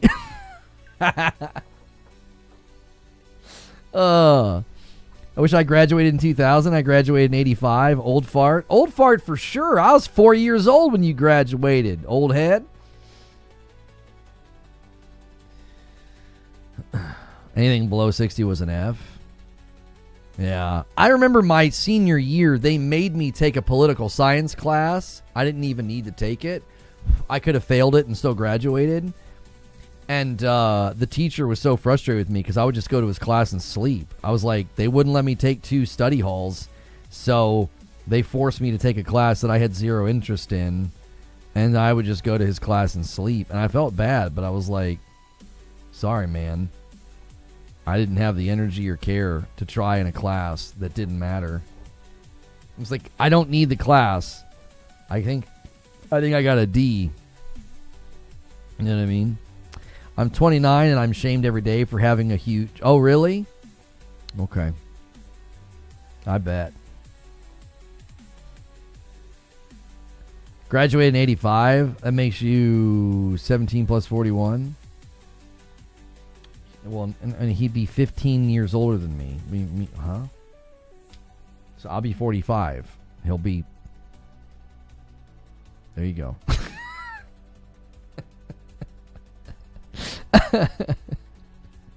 So if I graduated in 2000 and he graduated in 85, that's a real easy one there. I'll be 45 this year. You know, he's gonna be 60. He gonna be 60.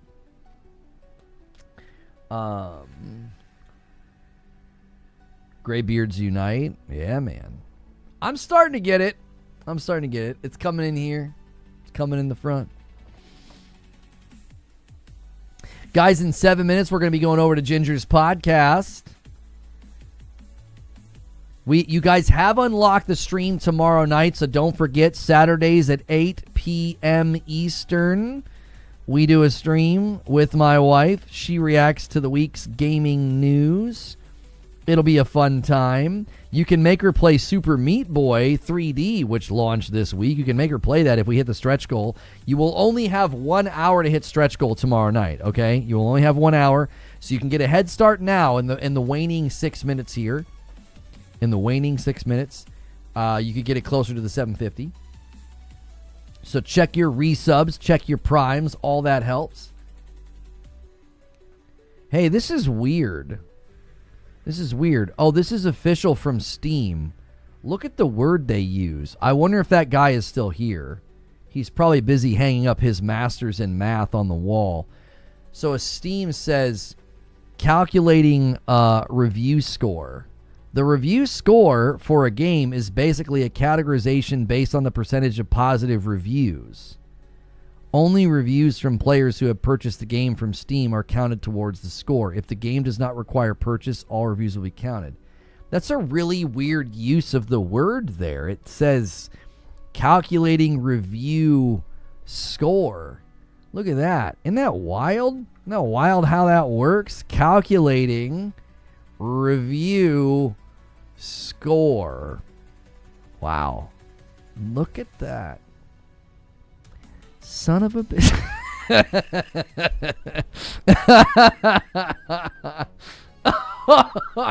That guy is so adamant. It's like, well, you better go tell Valve it's not a review score, man. They apparently are not smart as you and your masters in math. They should have consulted somebody with a master's in math before putting that on their website. Fuzzy said, I completed a 4-year accounting undergrad in 3 years. I had to do half a year extra because I was missing some core credits. One of them was an intro math class. I literally didn't go to class except to take the midterm and final. And I think the teacher was probably okay with that. The professor was probably okay with that. As a physicist, we learned complex math, but in the context of describing real-world systems, I think Math Buddy forgets that there was a real-world system under the numbers. It's not pure math.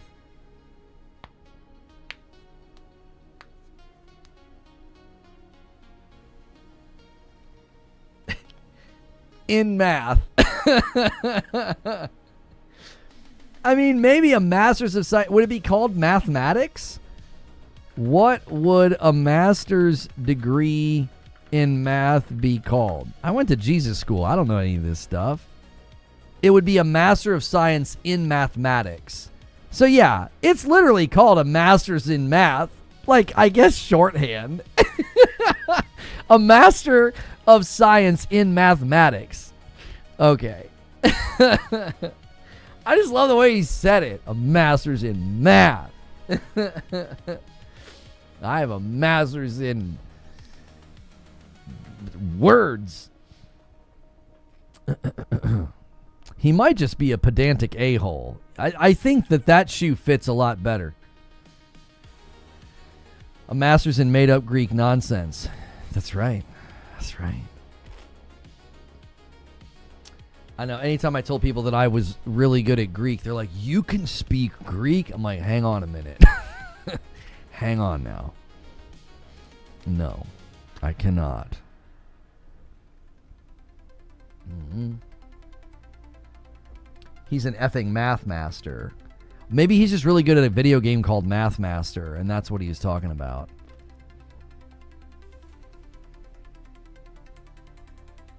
He made me lose respect for people with degrees in math.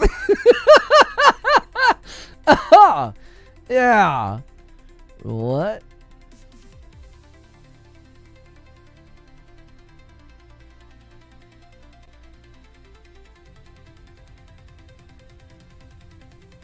Sony removes mention of PC from studio descriptions on their official website and adds exclusive. So ex-dev before said collaborating with ambitious external studios around the world. Now it says partnering with talented independent studios. We will publish exciting exclusive titles for PlayStation around the world. Before, Valkyrie said a highly respected studio known for producing high-quality work across various platforms from consoles to PC. Now Valkyrie Entertainment says providing high-level co-development expertise for several of PlayStation Studios' most iconic award-winning franchises, including Astrobot, Helldivers 2, and God of War. With this, the only studio still directly mentioning PC is Nixis, originally acquired to work solely on that type of porting and still expected to remain for service games. So it looks like PlayStation is updating their studio descriptions to not say anything about PC, except for Nixis, and Nixis will likely still be helping with that, I would imagine, for like live service games, right?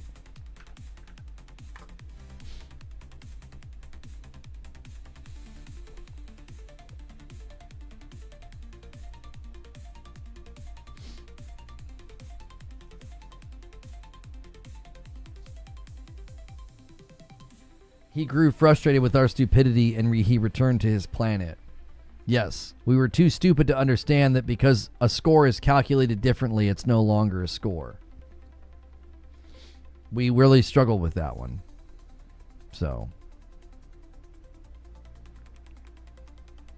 yeah. All right, we got to go. We got to go. It's 12:59. I just realized what time it was. Let me get the timer off the screen. I was not watching. I was going to go a little bit early this time. Let me give you guys a link in chat. Listen, come over to this stream. Come over to the stream with Ginger. It's always a good time. All right? It's always a good time. And YouTube, I will redirect you. If redirect doesn't work, use the link in chat. There'll also be a link in the Discord, okay? There'll be a link in the Discord as well. I'll tag everyone in the announcement room, and then I'll put it in the members chat, and I'll put it also in the live chat. All right, I'll see you guys over there, okay? Thanks so much for a great week. If I don't see you on Ginger's podcast, hopefully I see you tomorrow night when my wife and I stream for you guys, all right? Take care.